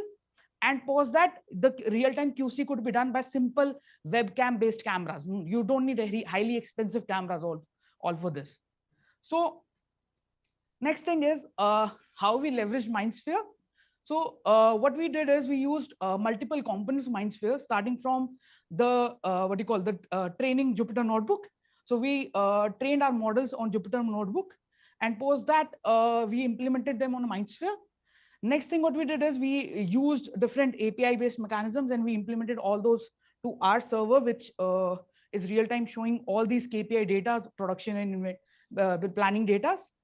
So next thing is how our products are sustainable. So talking about sustainability, there are 6 major losses which any manufacturing plant has. So they can directly reduce these losses, starting from your type change, your plant failure, then your slowdowns, then your quality losses, also reducing your startup and shutdown time intervals. Secondly, your micro stops. So reducing all these major pointers, we are able to save anywhere about 175 to 200 units for a single machine of electricity per month. So when you scale it up to across a factory which has 100 to 200 machines, the numbers are huge. Second thing is you are able to reduce wastages of about 5%, and then it brings down to actual CO2 carbon emission reduction. Next part is how scalable is our business model. So talking about scalability, when you have a sustainable manufacturing unit, you need to see whether this technology could be leveraged across different manufacturing plants. So first thing is the machines which we have to add. We can simply fill a Google form where some KPIs needs to be added, like machine name and other parameters, and it quickly adds the machine. Secondly, same goes with sensors, and you have a GUI based layout where you can create your machine's layout. Next, to integrate with the MindSphere data, it is very simply by using basically MindSphere data real time can be connected to our API, and which can be directly shown here. So we have already actually done that. Next thing is small organizations usually has multiple small plants. So they can monitor multiple locations. So on the go. Next is the AI model which we have created. These AI models are self-learning models. So using LSTM with the models which we created, for example, me as an industry, now I'm going to a new client who has a water sensor. So I have never worked on water sensor. My system will automatically learn after 2 to 3 days of getting the data from water sensor that, okay, this type of sensors have these type of failures, these type of breakdowns, and then automatically start predicting the future patterns. So next thing is, what is our business model? Our business model is very simple, razor blade model. We devise few hardwares which are highly economical in nature, which can easily be plugged to industries using HMI, IoT node. So these hardwares are directly installed in manufacturing plant. We quickly, once the manufacturer starts adopting to these technologies, we put down our SaaS-based subscriptions and they can start adopting to it. So if we are a part of MindSphere ecosystem, we can then scale and give all the services which MindSphere has to our customers, as well as we can scale the reach of MindSphere ecosystem by adding all these 80% of industry, which is SME. So what we have reached as of now is we have about 25 customers right now. In last 3 months of launching the market product, we already have 25 customers. Second is we have signed a MOU with Government of India. So basically to promote Industry 4.0 as well as basically jointly do projects on different PSUs. Next is we have signed a contract of $1 million of with the OEM to basically digitally connect their machines at the source of manufacturing. So basically at the starting only we will give smart machines to their customers. So that is current business model. Now that's all. Look forward for the questions. Thanks a lot. Well done. Let's open it up to questions. And I see the first question coming in on site from Atta. Thank you, guys. Nice presentation. Your business model suggests that 70 to 80% revenue, at least that you're currently generating, is from your hardware side, correct? No, it's completely opposite. So hardware is very economical. So we right now we are charging for the hardware. In longer run, we want to give it for free. So we want to earn all the revenues which we are getting is from the subscriptions which you're getting. So, so that our main model is to get into the SMEs quickly. Once we get there, we have the adoption, we can scale it up. So what we are targeting is at least 400 to 500 industries in this financial year, and then scale it up to multiple thousands in next year. So hardware, basically, you are financing it from the subscription. Exactly, model. exactly. Okay, okay. So more like a razor blade model, like okay. Yeah. Thank you. More questions on site? Okay, then at the moment, we want to move over to our remote jury team. So we see a question coming in from Dirk. So please feel free. Okay, thanks for your presentation. One question from my side. What are the 3 most benefits of digital twins for you?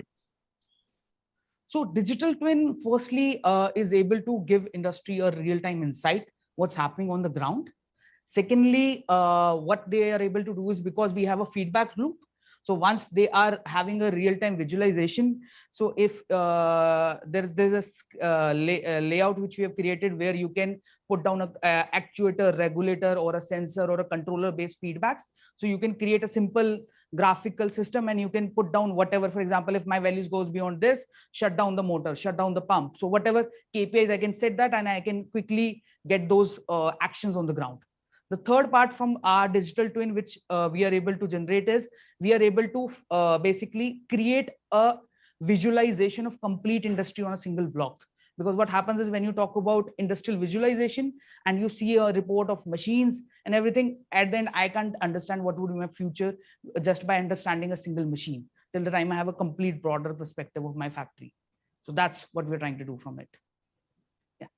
Thank you. Perfect. Thank you. Then we are moving on to on-site questions again, and I'm handing over to Afzal. Brilliant work. Yeah, I can see that things have changed.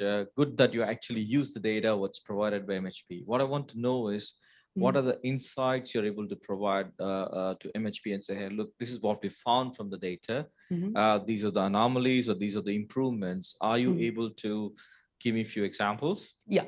So the point here was the data which we were getting, the production plans were a bit not fully created.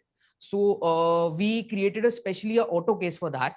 That is, so we actually got a very good USP by this, by working with MHP, that a lot of times manufacturer doesn't creates, because we are talking about SMEs, they don't create a manufacturing PPC, production planning. So once the data is coming, they can reiterate and put down what was their plan to see their output. Secondly, when you're talking about the predictions which we were able to generate, so we were able to generate this, that the machine, when the machine would go down next, as per the data. But right now, because the data was very limited, so we are not, the confidence level is about 68 to 80%, 68 to 70%.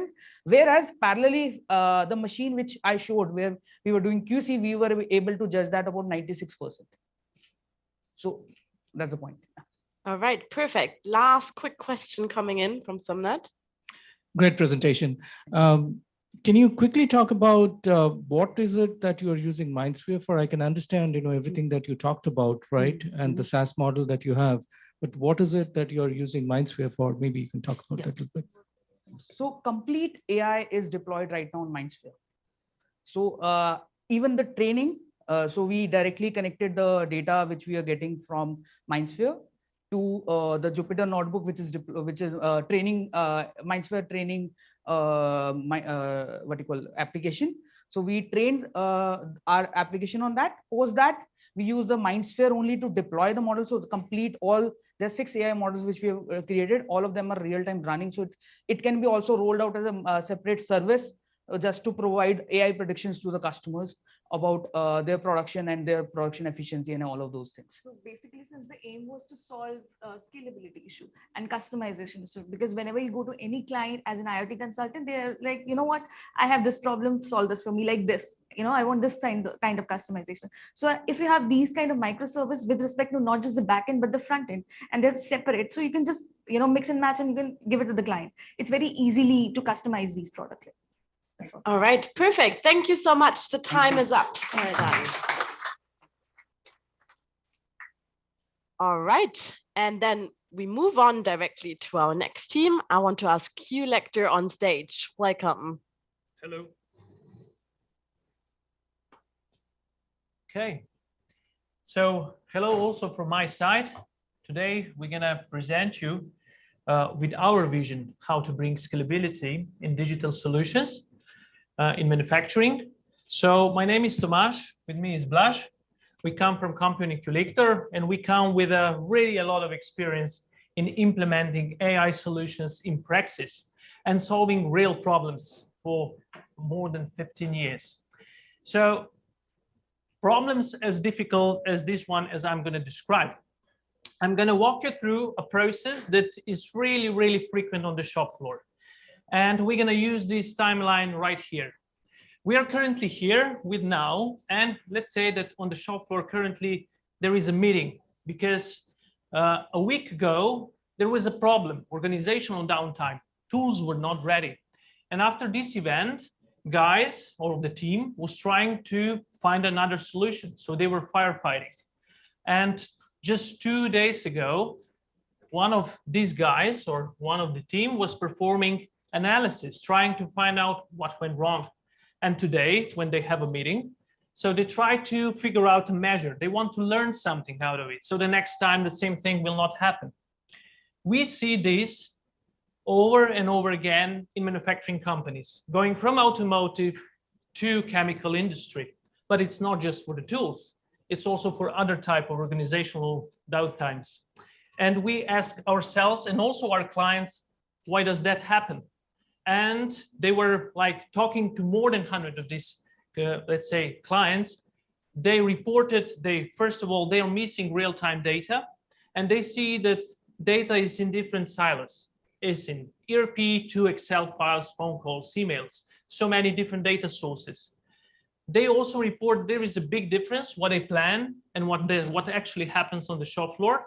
And also as a patch also, or so partial solution, they have big dependency on individuals because they have to solve this problem somehow. If we take a closer look at that from a numbers perspective, they would report that their teams spend each 2 to 4 hours per day firefighting. And if we take a small company in automotive, that means that you have 3 people on payroll firefighting, solving problems from yesterday. These loops, they could predict or they could respond before. And that does not include errors and also customer dissatisfaction, and also doesn't include lost opportunities. So how to solve that? Our solution that our vision of the solution is within our product that's called Q-Leap. It's an AI platform for production guiding. So what we do, we completely change how manufacturing companies operate, going from understanding and analyzing data from the past to predicting and preparing for the future events, such as downtimes, organizational downtimes. So you can think of it as a Google Maps for manufacturing companies. So first of all, we help to create realistic plans and schedules, and we help to predict organizational downtimes, delays, and potential problems in the production, learning from history, utilizing our technology. And thirdly, if something unplanned happens, such as machine breakdown or somebody doesn't come to work, we try and find them a new solution. So they don't have to decide from the gut feeling, but they can use thousands or millions of simulations.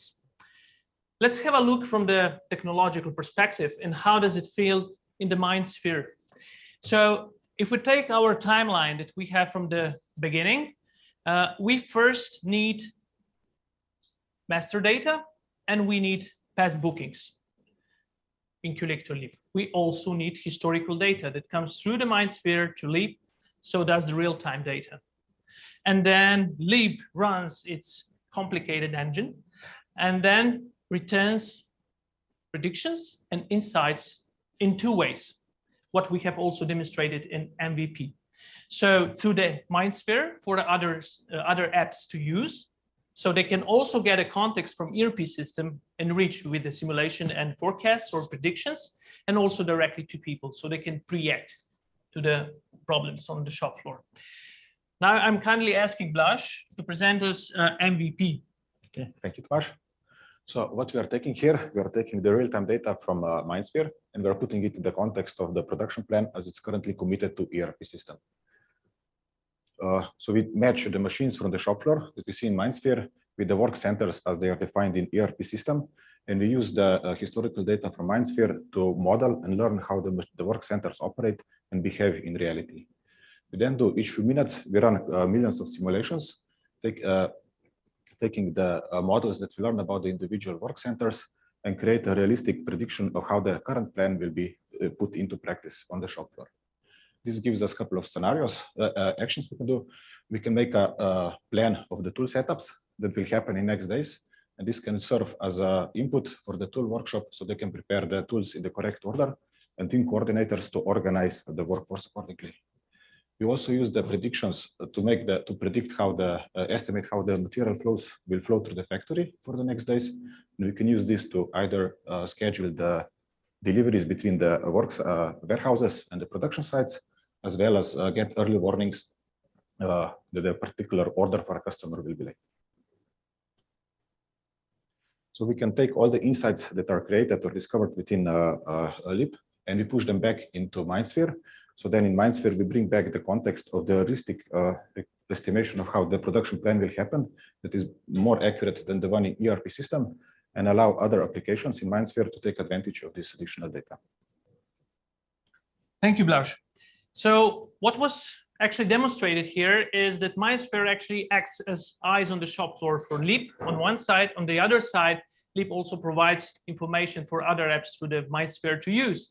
And together they provide scalability for whatever factory and also regardless of the location of the factory. So what about benefits using that kind of solutions? So we all remember our timeline from the beginning. Let's just clear it up first and let's make space for future, right? Because now we can move into the future. And Leap can predict when the tool change will happen like Blaž showed. So we can prepare now to prepare tools in the right time. And same goes for all other organizational downtimes, such as missing material, such as organizing people, organizing supply chain transportation, and so on. That's what our customers use this solution. And we bring them benefits. That's why they love us.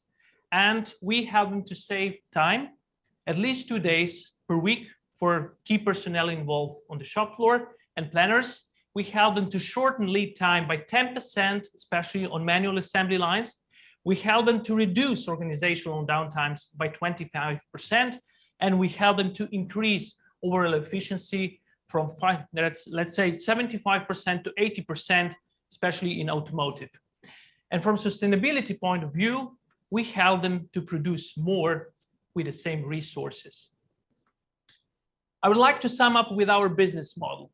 So LEAP is available at one-time integration cost, followed up by monthly recurring revenue where the work center is proxy, so no limitations for users.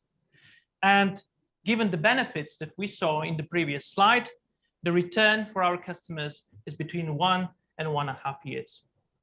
So that would sum up my presentation. Thank you for your attention, and we are looking forward to joint opportunities. Thank you.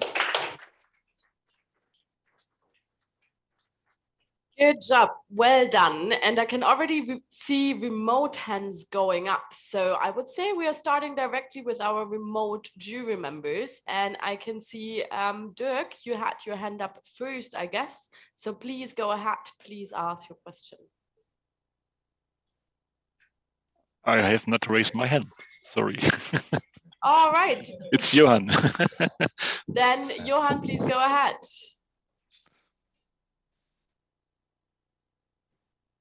I think we can't hear you over here. Thanks for the great presentation. On your last slide, you speak about 1 to 1.5 years return on investment. That indicates to me that there is a big implementation effort. Sorry, I didn't get that. Is there a big implementation effort because of the ROI cycle? So no, this is after actually the implementation is done. So implementation would normally take around 6 months for our customers. And when we're calculating the, let's say, the benefits together with our customers, we do not include the time when we're implementing. Then of course, there are no benefits yet because you have to introduce the solution to also to users and to the audience. All right, perfect. Thank you. I guess our remote no, now we have a question coming up from Dirk. So please go ahead. What is the purpose of digital twin in your solution? So perhaps I would hand over that question to Blaž. So the role of the digital twin is to build the predictions. So this is basically we create a kind of a model of the whole shop floor where we model each individual machine, each individual material that is flowing through the machines, and maybe the supply chain as well, if it's possible. And then we use this in a joint optimization simulation environment where we create these predictions. So what we showed is only the most likely outcome, but at the back we see a whole distribution. So we can detect when there's already, for example, 5% chance that a particular order will be late, or some non-significant chance that tool setups will not be met, or tools will not be prepared on time, or stuff like that. So the digital twin is this kind of statistical model of the shop floor. Okay, thank you. Perfect, thank you. Then let's open it up to our on-site jury. Do we have questions in the room? Yes, Afzal. It's interesting to actually see that you've used the data which has been provided by MHP, right? But you also mentioned that your cycle is 6 months. So I know it's too short to derive the results out of this. But when you say cycle of 6 months, what's behind it? I'm just curious to understand, because not every plant operator would wait for 6 months to get the results. Yeah. Okay, so thank you for the question. So actually, one thing is, normally the majority of our customers have SAP, and to connect to that, it takes time. That's the reality, due to the accesses and confirmations and to go through the IT procedure. The other thing is also what is the procedure to introduce or to educate the personnel to start using the software. So because our, let's say, typical users on the shop floor would be team coordinators, shift leaders, planners, and now we also include logisticians, like let's say operational logisticians and also operational sales side.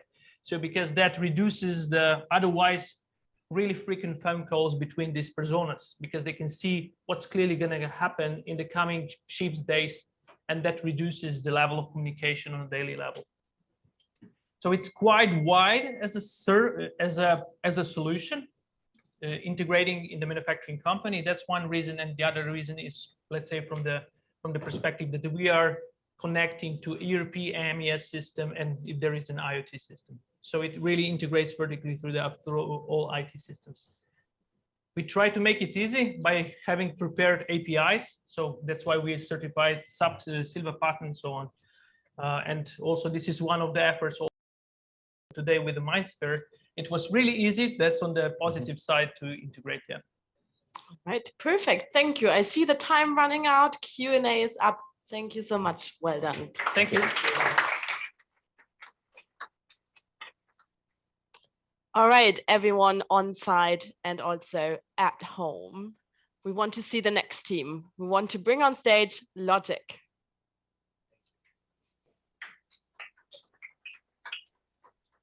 Hello, everyone. It's a pleasure to be with you tonight. I'm Andrew. And I'm Kate, and we are from Team Logic. We are also based in United States. We built an AI-powered simulation and modeling platform that helps companies to be able to build end-to-end product, supply chain, and sustainability platforms. We brought together a very strong team with people from data science experiences, also industry experiences, and other businesses to make sure that we can build a program that our customers love and they succeed. We were fortunate enough to work with a number of global companies to really understand their end-to-end value chain and the challenges they're facing. And we redesigned the whole approach to technology because we didn't have limitations of legacy systems. So we could look at how can we build the simulation tools that could be on top of ERP systems, on top of MindSphere and others, and on top of IoT devices to be able to bring the data, analyze data, simulate the data, and be really proactive about your supply chain. And we also look at limitations that prevent other companies from being able to do it. And some of those limitations include not knowing where to invest their capital in order to get the highest return on investment, or forcing them to install a lot of sensors to be able to collect data and then analyze only existing data. We discovered that a lot of companies don't have a lot of existing data that's relevant and structured, but yet they still want to make decisions. So those two problems, lack of clear return on investment and lack of structured data that actually is complete and able to answer the question, prevents them from making good decisions. So we built our solution based on 3 different pillars. It's not just a platform. We designed the platform to be very user-friendly, and it was designed for employees and from management consultants rather than engineers and data scientists.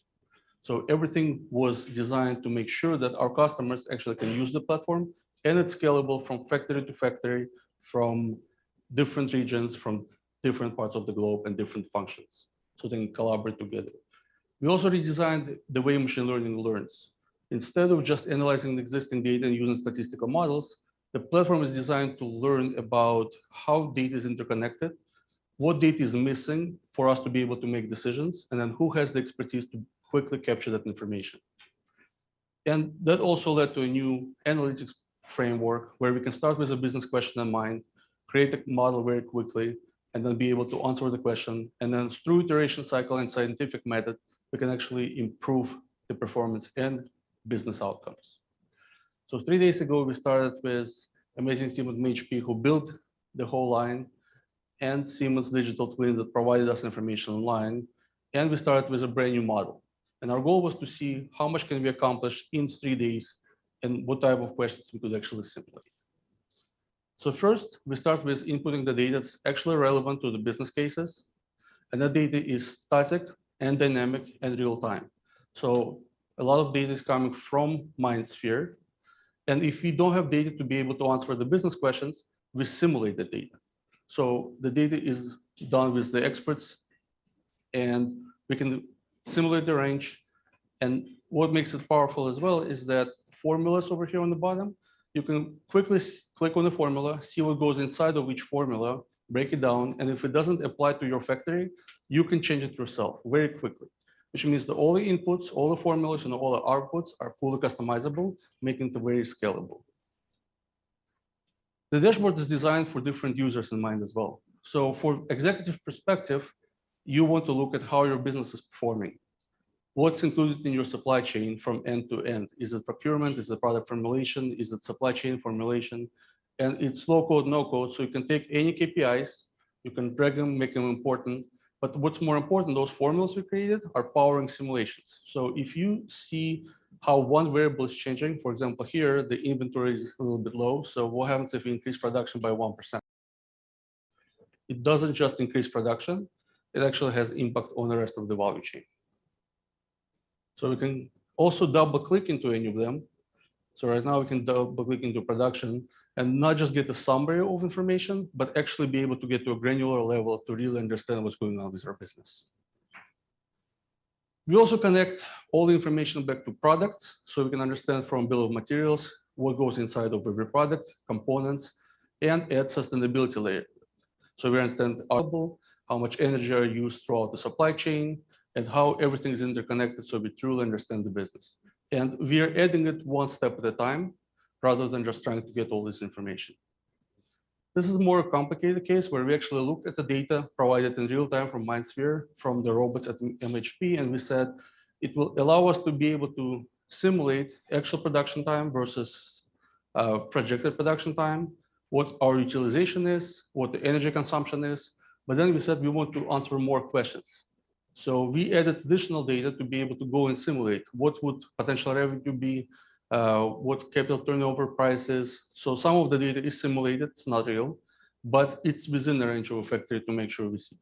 And what we discovered is, for example, improving the OEE, which is a manufacturing standard rather than a business standard, by 10% led to a higher return on capital than reducing the cost of capital or reducing the energy consumption by slowing down the processes itself.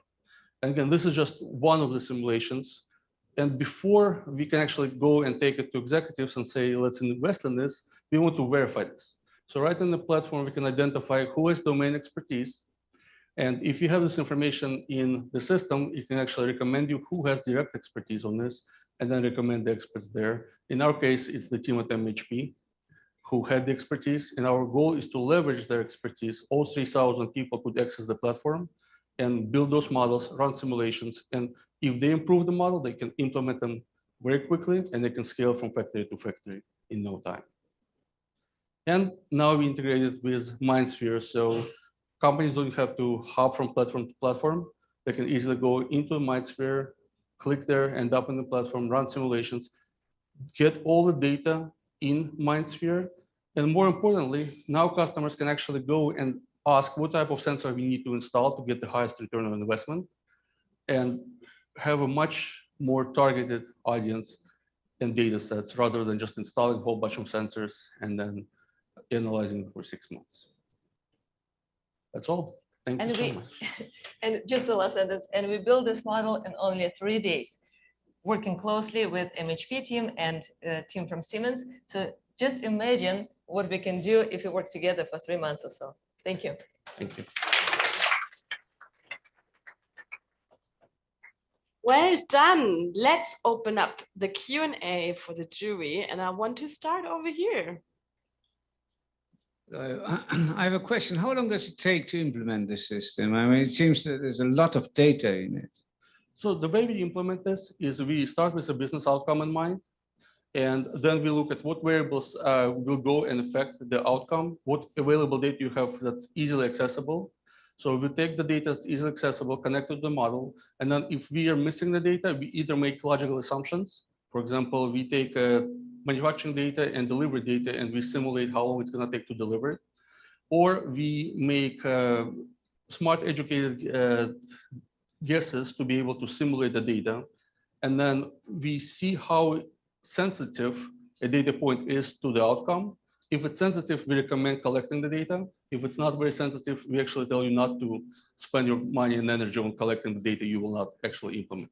So it takes probably a couple of weeks of actual work, but it's an iteration cycle. And it can take a couple of months to collect the data and build the model. This actually shows return on investment. But from our work with Global Fortune 500 company, we saw over almost a 20 to 30% return on their investment. And they also saw return on investment within a year. Perfect. Thank you. I already know that we have the next question coming in from Afsai. Thank you. Good to see the progress over the period of time. And yes, I do believe 3 days, yeah, a lot has been achieved. My question is, what kind of models do you have? Are you actually able to do this by extrapolating, or when you say models, you have using AI models? What are they? Absolutely. So we don't just look at ML and AI models. What we did is we looked at how can we see value by combining functions together. So by looking at purchasing data, procurement data, planning data, manufacturing data, we were able to discover more value than if just looking at the function itself. And the reason for it is a lot of companies already invest in significant amounts in analyzing functions. So they already optimized manufacturing to the point they could.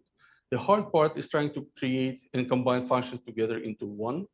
And that's why we had to redesign the way, not only how we're collecting the data, but how we're analyzing data, how we're building machine learning, and bringing tools like this to all the people who has the knowledge, rather than just sending a team of data scientists and analysts and building those models for them. I will ask a follow-up question, short one. Let's assume that you have a data, day one. How long does it take to get me the results? Couple of weeks. Okay, that's the answer I want. Thank you. Perfect. Thank you, Afsai. We already know that we have a question coming in from our remote jury team. So I want to open it up to Dirk now. Okay, thank you for your presentation. I'm really impressed. And my question is, what is your experience by using a digital twin? Absolutely. Digital twin gives us a digital representation of what happens in the real world. And it allows us to answer a question of what already happened. And if it repeats itself, we can start predicting and optimizing things. What it doesn't help us answer is what happens when we have global events that disrupt our supply chains or pandemics, or how can we implement a new EV program at a manufacturer site. We are still reliant on domain expertise. So people who have 20 years of expertise can tell us a lot more than data can. So being able to do human augmented machine learning and bring a tool that's actually bridging the gap between technology and people brings a lot more value quicker than trying to use just the data itself. So we do love digital twins. It's just expensive to build them and it takes a long time. Thank you. All right, thank you. We are going back to our on-site team. I'm handing over to Somnath. Thank you. Great presentation, great demo. From MindSphere perspective, you said integration. Can you please elaborate on that? I mean, what's the advantage that you're getting out of MindSphere? Absolutely.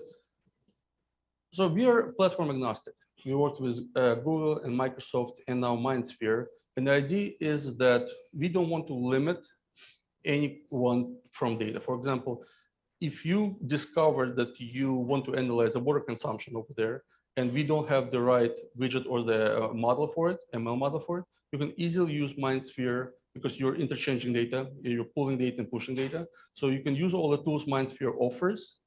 And on top of that, you can discover what sensors that Siemens offers, where you can install them and how you can scale quickly. So we don't look at MindSphere just as the platform or a software. We look at Siemens as a company.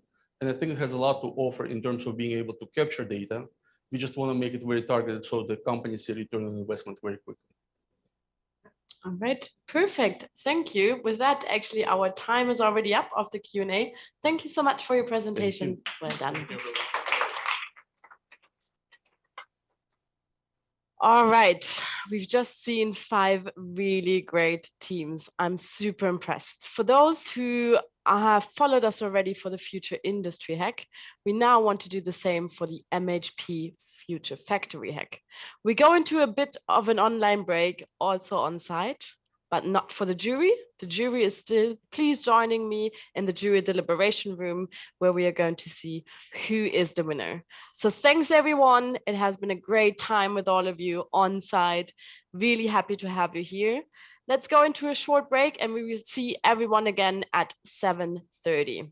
Thank you. Okay, thank you.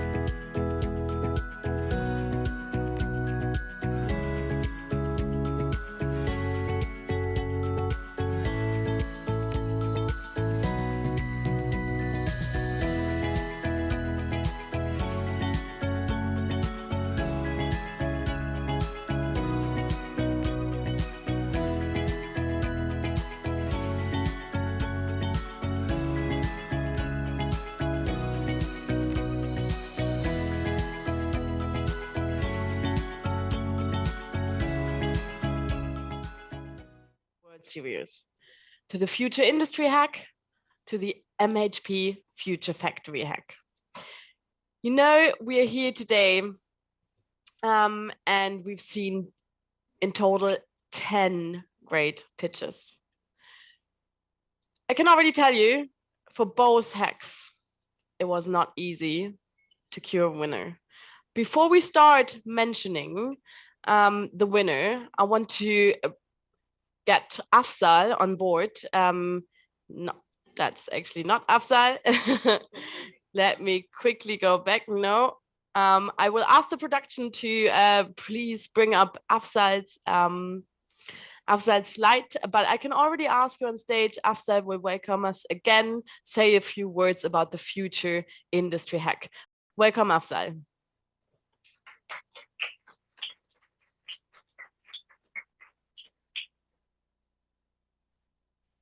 First of all, thank you very much. It's amazing to see actually the startups traveling, living the comfort of the home, right? Your companies where you are, family, to come all the way to Dubai and do an amazing job. So for me, you're all winners. So looking at this side, I can see the huge participation, what we're getting from everyone. So you might be thinking, I'm going to talk anything about technology today. No, I'll not talk about technology now, right? Technology is boring. No, I'm just kidding. It's for someone else to do today. For me, what was important is future, if you look at the series itself, why we started, it was about actually creating that ecosystem, what is important for us. So the challenge of industry and so on and so forth. Good to see you came here and the effort you have put in as startups coming from different actually segments, different countries, different cultures even, right? So coming and doing things in a short time, working late, trying to adapt this. For me, what is important is the outcomes, right? We saw some great outcomes within given short time. What is important for the industry is what are we doing now? It's always there, but what can we do in future? I saw a lot of hope in what you've actually presented. And there are some fun facts which are also there, which is running in the background, what you have been doing, right? We also understood in addition to the coding and solving problems, you can do a lot more fun, right? You had a lot of fun, which is very good. So as an outcome, it was a great deliberation with all the colleagues who were the co-jury members. It wasn't easy. We deliberated a lot about it. And for all of us, you all are winners. So take it that way with different flavors and tastes. One thing I want you to remember, right? The purpose. What was the purpose? Is to solve some challenges. Everyone was given a free hand to do something. You showed your best in that. And with that, we're actually taking it forward. To do the honors, I will actually invite Rainer, right? The CEO of digital, I would say FA, who's running this factory automation topics globally, right? I will ask Rainer to come and help me to announce the winner. Please, Rainer, come on.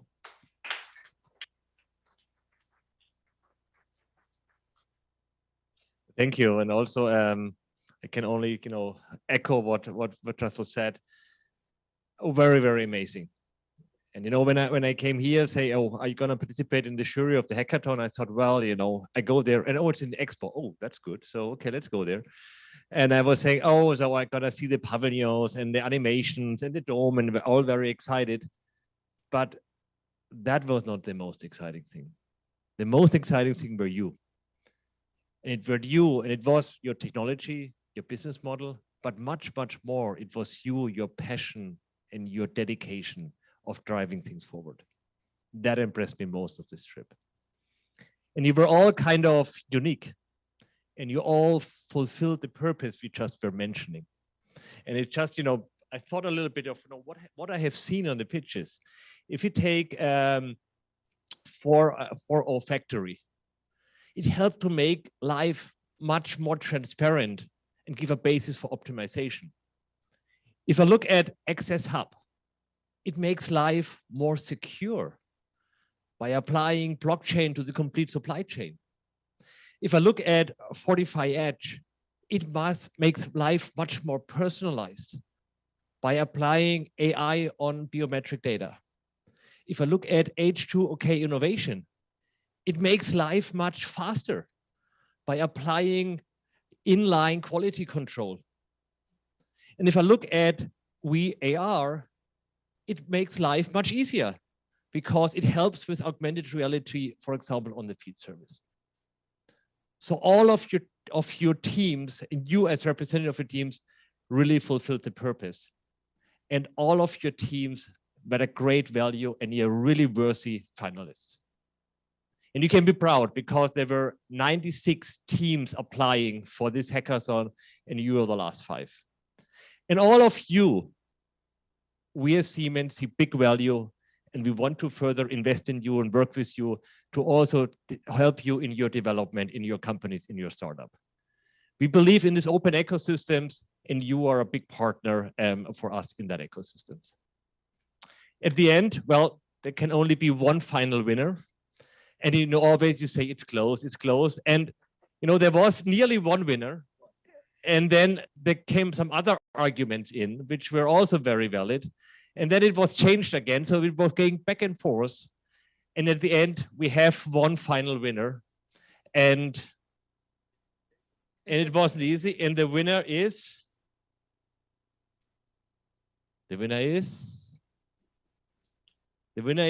WeAR from Italy.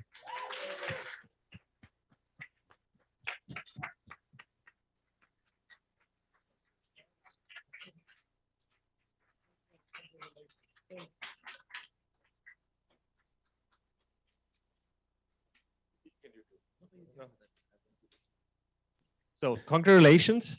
And you mind having some words of So thank you so much, everyone. And I'm sure that also Emanuele is really proud that we both did this together, even if he's from remote. And this is also the power that the technology and the innovation is bringing to the world.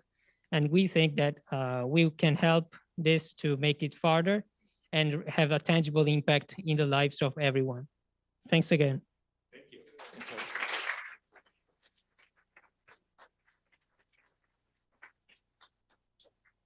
Right. We take one picture before leaving. One picture on the stage, please. And then we move on. Yeah. Yeah.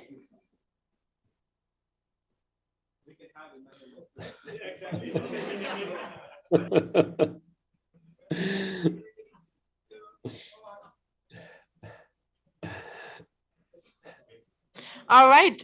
Thank you so much. Congratulations. Well done. Thank you very much. All right, everyone. You know it. We also saw a second hack today, the MHP Future Factory Hack. And for that, obviously, we also had to make a decision. Here as well, It was not easy. I'm pretty sure the jury can confirm this. Before we announce the winner, I would like to actually ask Somnath on stage for a few words.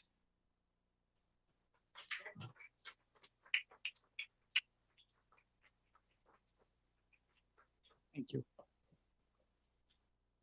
Whew. What a day! What a day! This was one of the most exciting day of my life, I would say, from that perspective. Great things that the teams have done, great things what we have seen. I'm really honored to be part of this distinguished jury team. One of the things that strengthened my belief as the global head of MindSphere R&D, that the kind of value that MindSphere can generate, all of you have demonstrated that it's possible, and it's possible at a pace that's what the industry expects. I really want to congratulate Afzal and his team for doing everything that he is doing to provide the IoT backbone for such a spectacular event like Expo 2020. And that's possible through the layered architecture that we have created as part of MindSphere and separated data from applications so that the ecosystem can generate the value addition to a different level altogether. We use a cloud-aware design to take the advantage of the hyperscaler capabilities and their innovations, especially in the field of data storage and compute. And that's what we have been doing together and adding value. And you have demonstrated that the value can be taken to a completely different level. We are really excited to have MHP as our partners, because MHP brings in great value and knowledge in terms of automotive industry experience. And the MindSpheres, it enhances MindSphere's capabilities in terms of applications and the data management capability, and also through the jointly developed digital twin for production. It's about harmonization of data coming from different data sources and how exactly we can create semantic models that can be looked at from a common window for generating amazing insights that's important for the industry operations. So thank you, and we're all really, really excited. So I don't want to take too much of time because you're eagerly waiting who is the winner. Amazing things what we have seen, and this is the culmination. All of you are winners, and thank you for putting in all the great effort. So excellent. So now I would like to call upon Dr. Ralph Hoffman, the co-founder and the chairman of the managing board of MHP, to do the honors. Dr. Hoffman.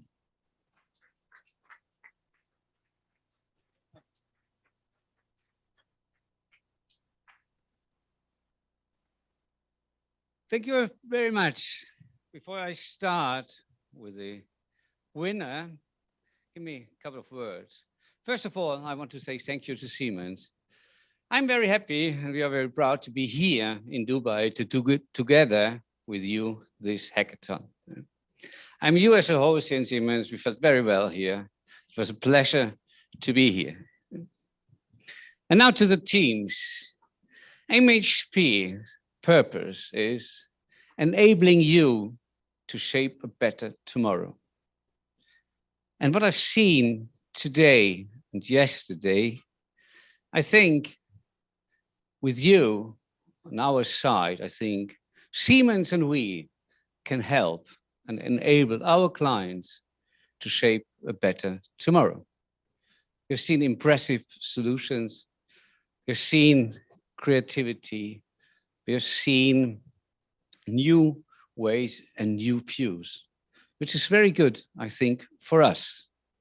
So thank you very much for your participation. But of course, at the very end, there's only one winner. Yeah?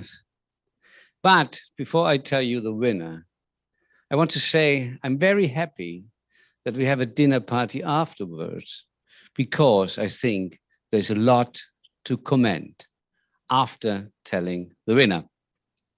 But now, finally, the winner of our hackathon is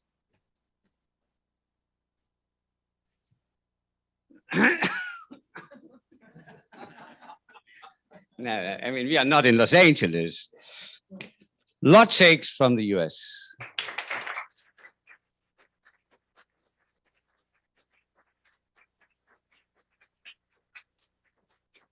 Congratulations.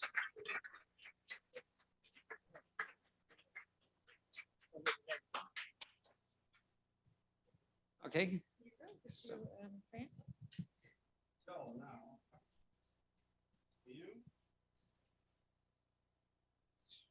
two documents. So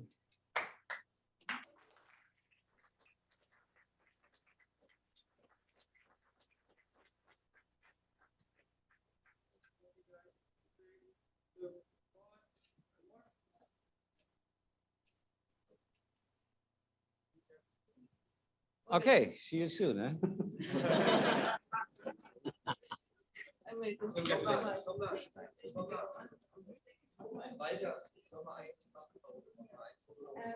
Yeah, so we do one more picture without the masks. Oh yeah, I mean, Feel free to one put it in without your the mask.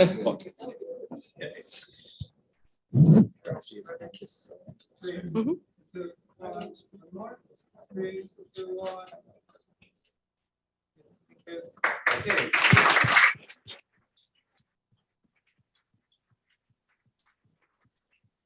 Congrats.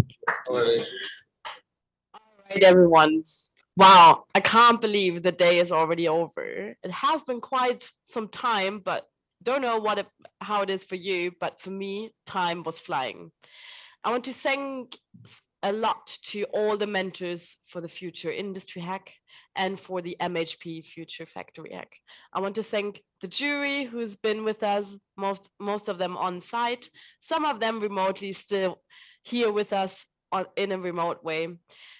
Big thanks to all of our teams. You had long travels, you've worked a lot over the past days, and I know we had a strict deadline this morning, so you were all working late last night. Nonetheless, I'm really happy we had this experience together and we've seen so many great pitches today. I want to, before we actually end this, I want to quickly hand over to Afzal one more time. Thank you, Eileen. I just want to make sure that we recognize the people who put a lot of effort. I would say mentors. I want to name few here. I would say Christoph. I would say Ruben and Virginia, Peter, Walter for the MHP hack, and then Stefan and Daniel and all the guys. I think it was a great team effort to come for 2 hacks in one go. It has not happened just like that, but there was a lot of planning, effort, and all of it. To the jury members, special thank to Rainer, who has come all the way from Germany to support us. Appreciate that, right? Athar joining us for this. And last but not the least, the teams, right? You did wonderfully great. Thank you for coming from different parts of the world. I appreciate that. And hopefully there's a lot of learning from here. And we also stay connected because there's a lot more to be done because it's just a beginning. I would say take it that way. And I want to end with a note what Rolf has said. Let's connect during the dinner and discuss what's the art of possible from here on. Okay, thank you very much.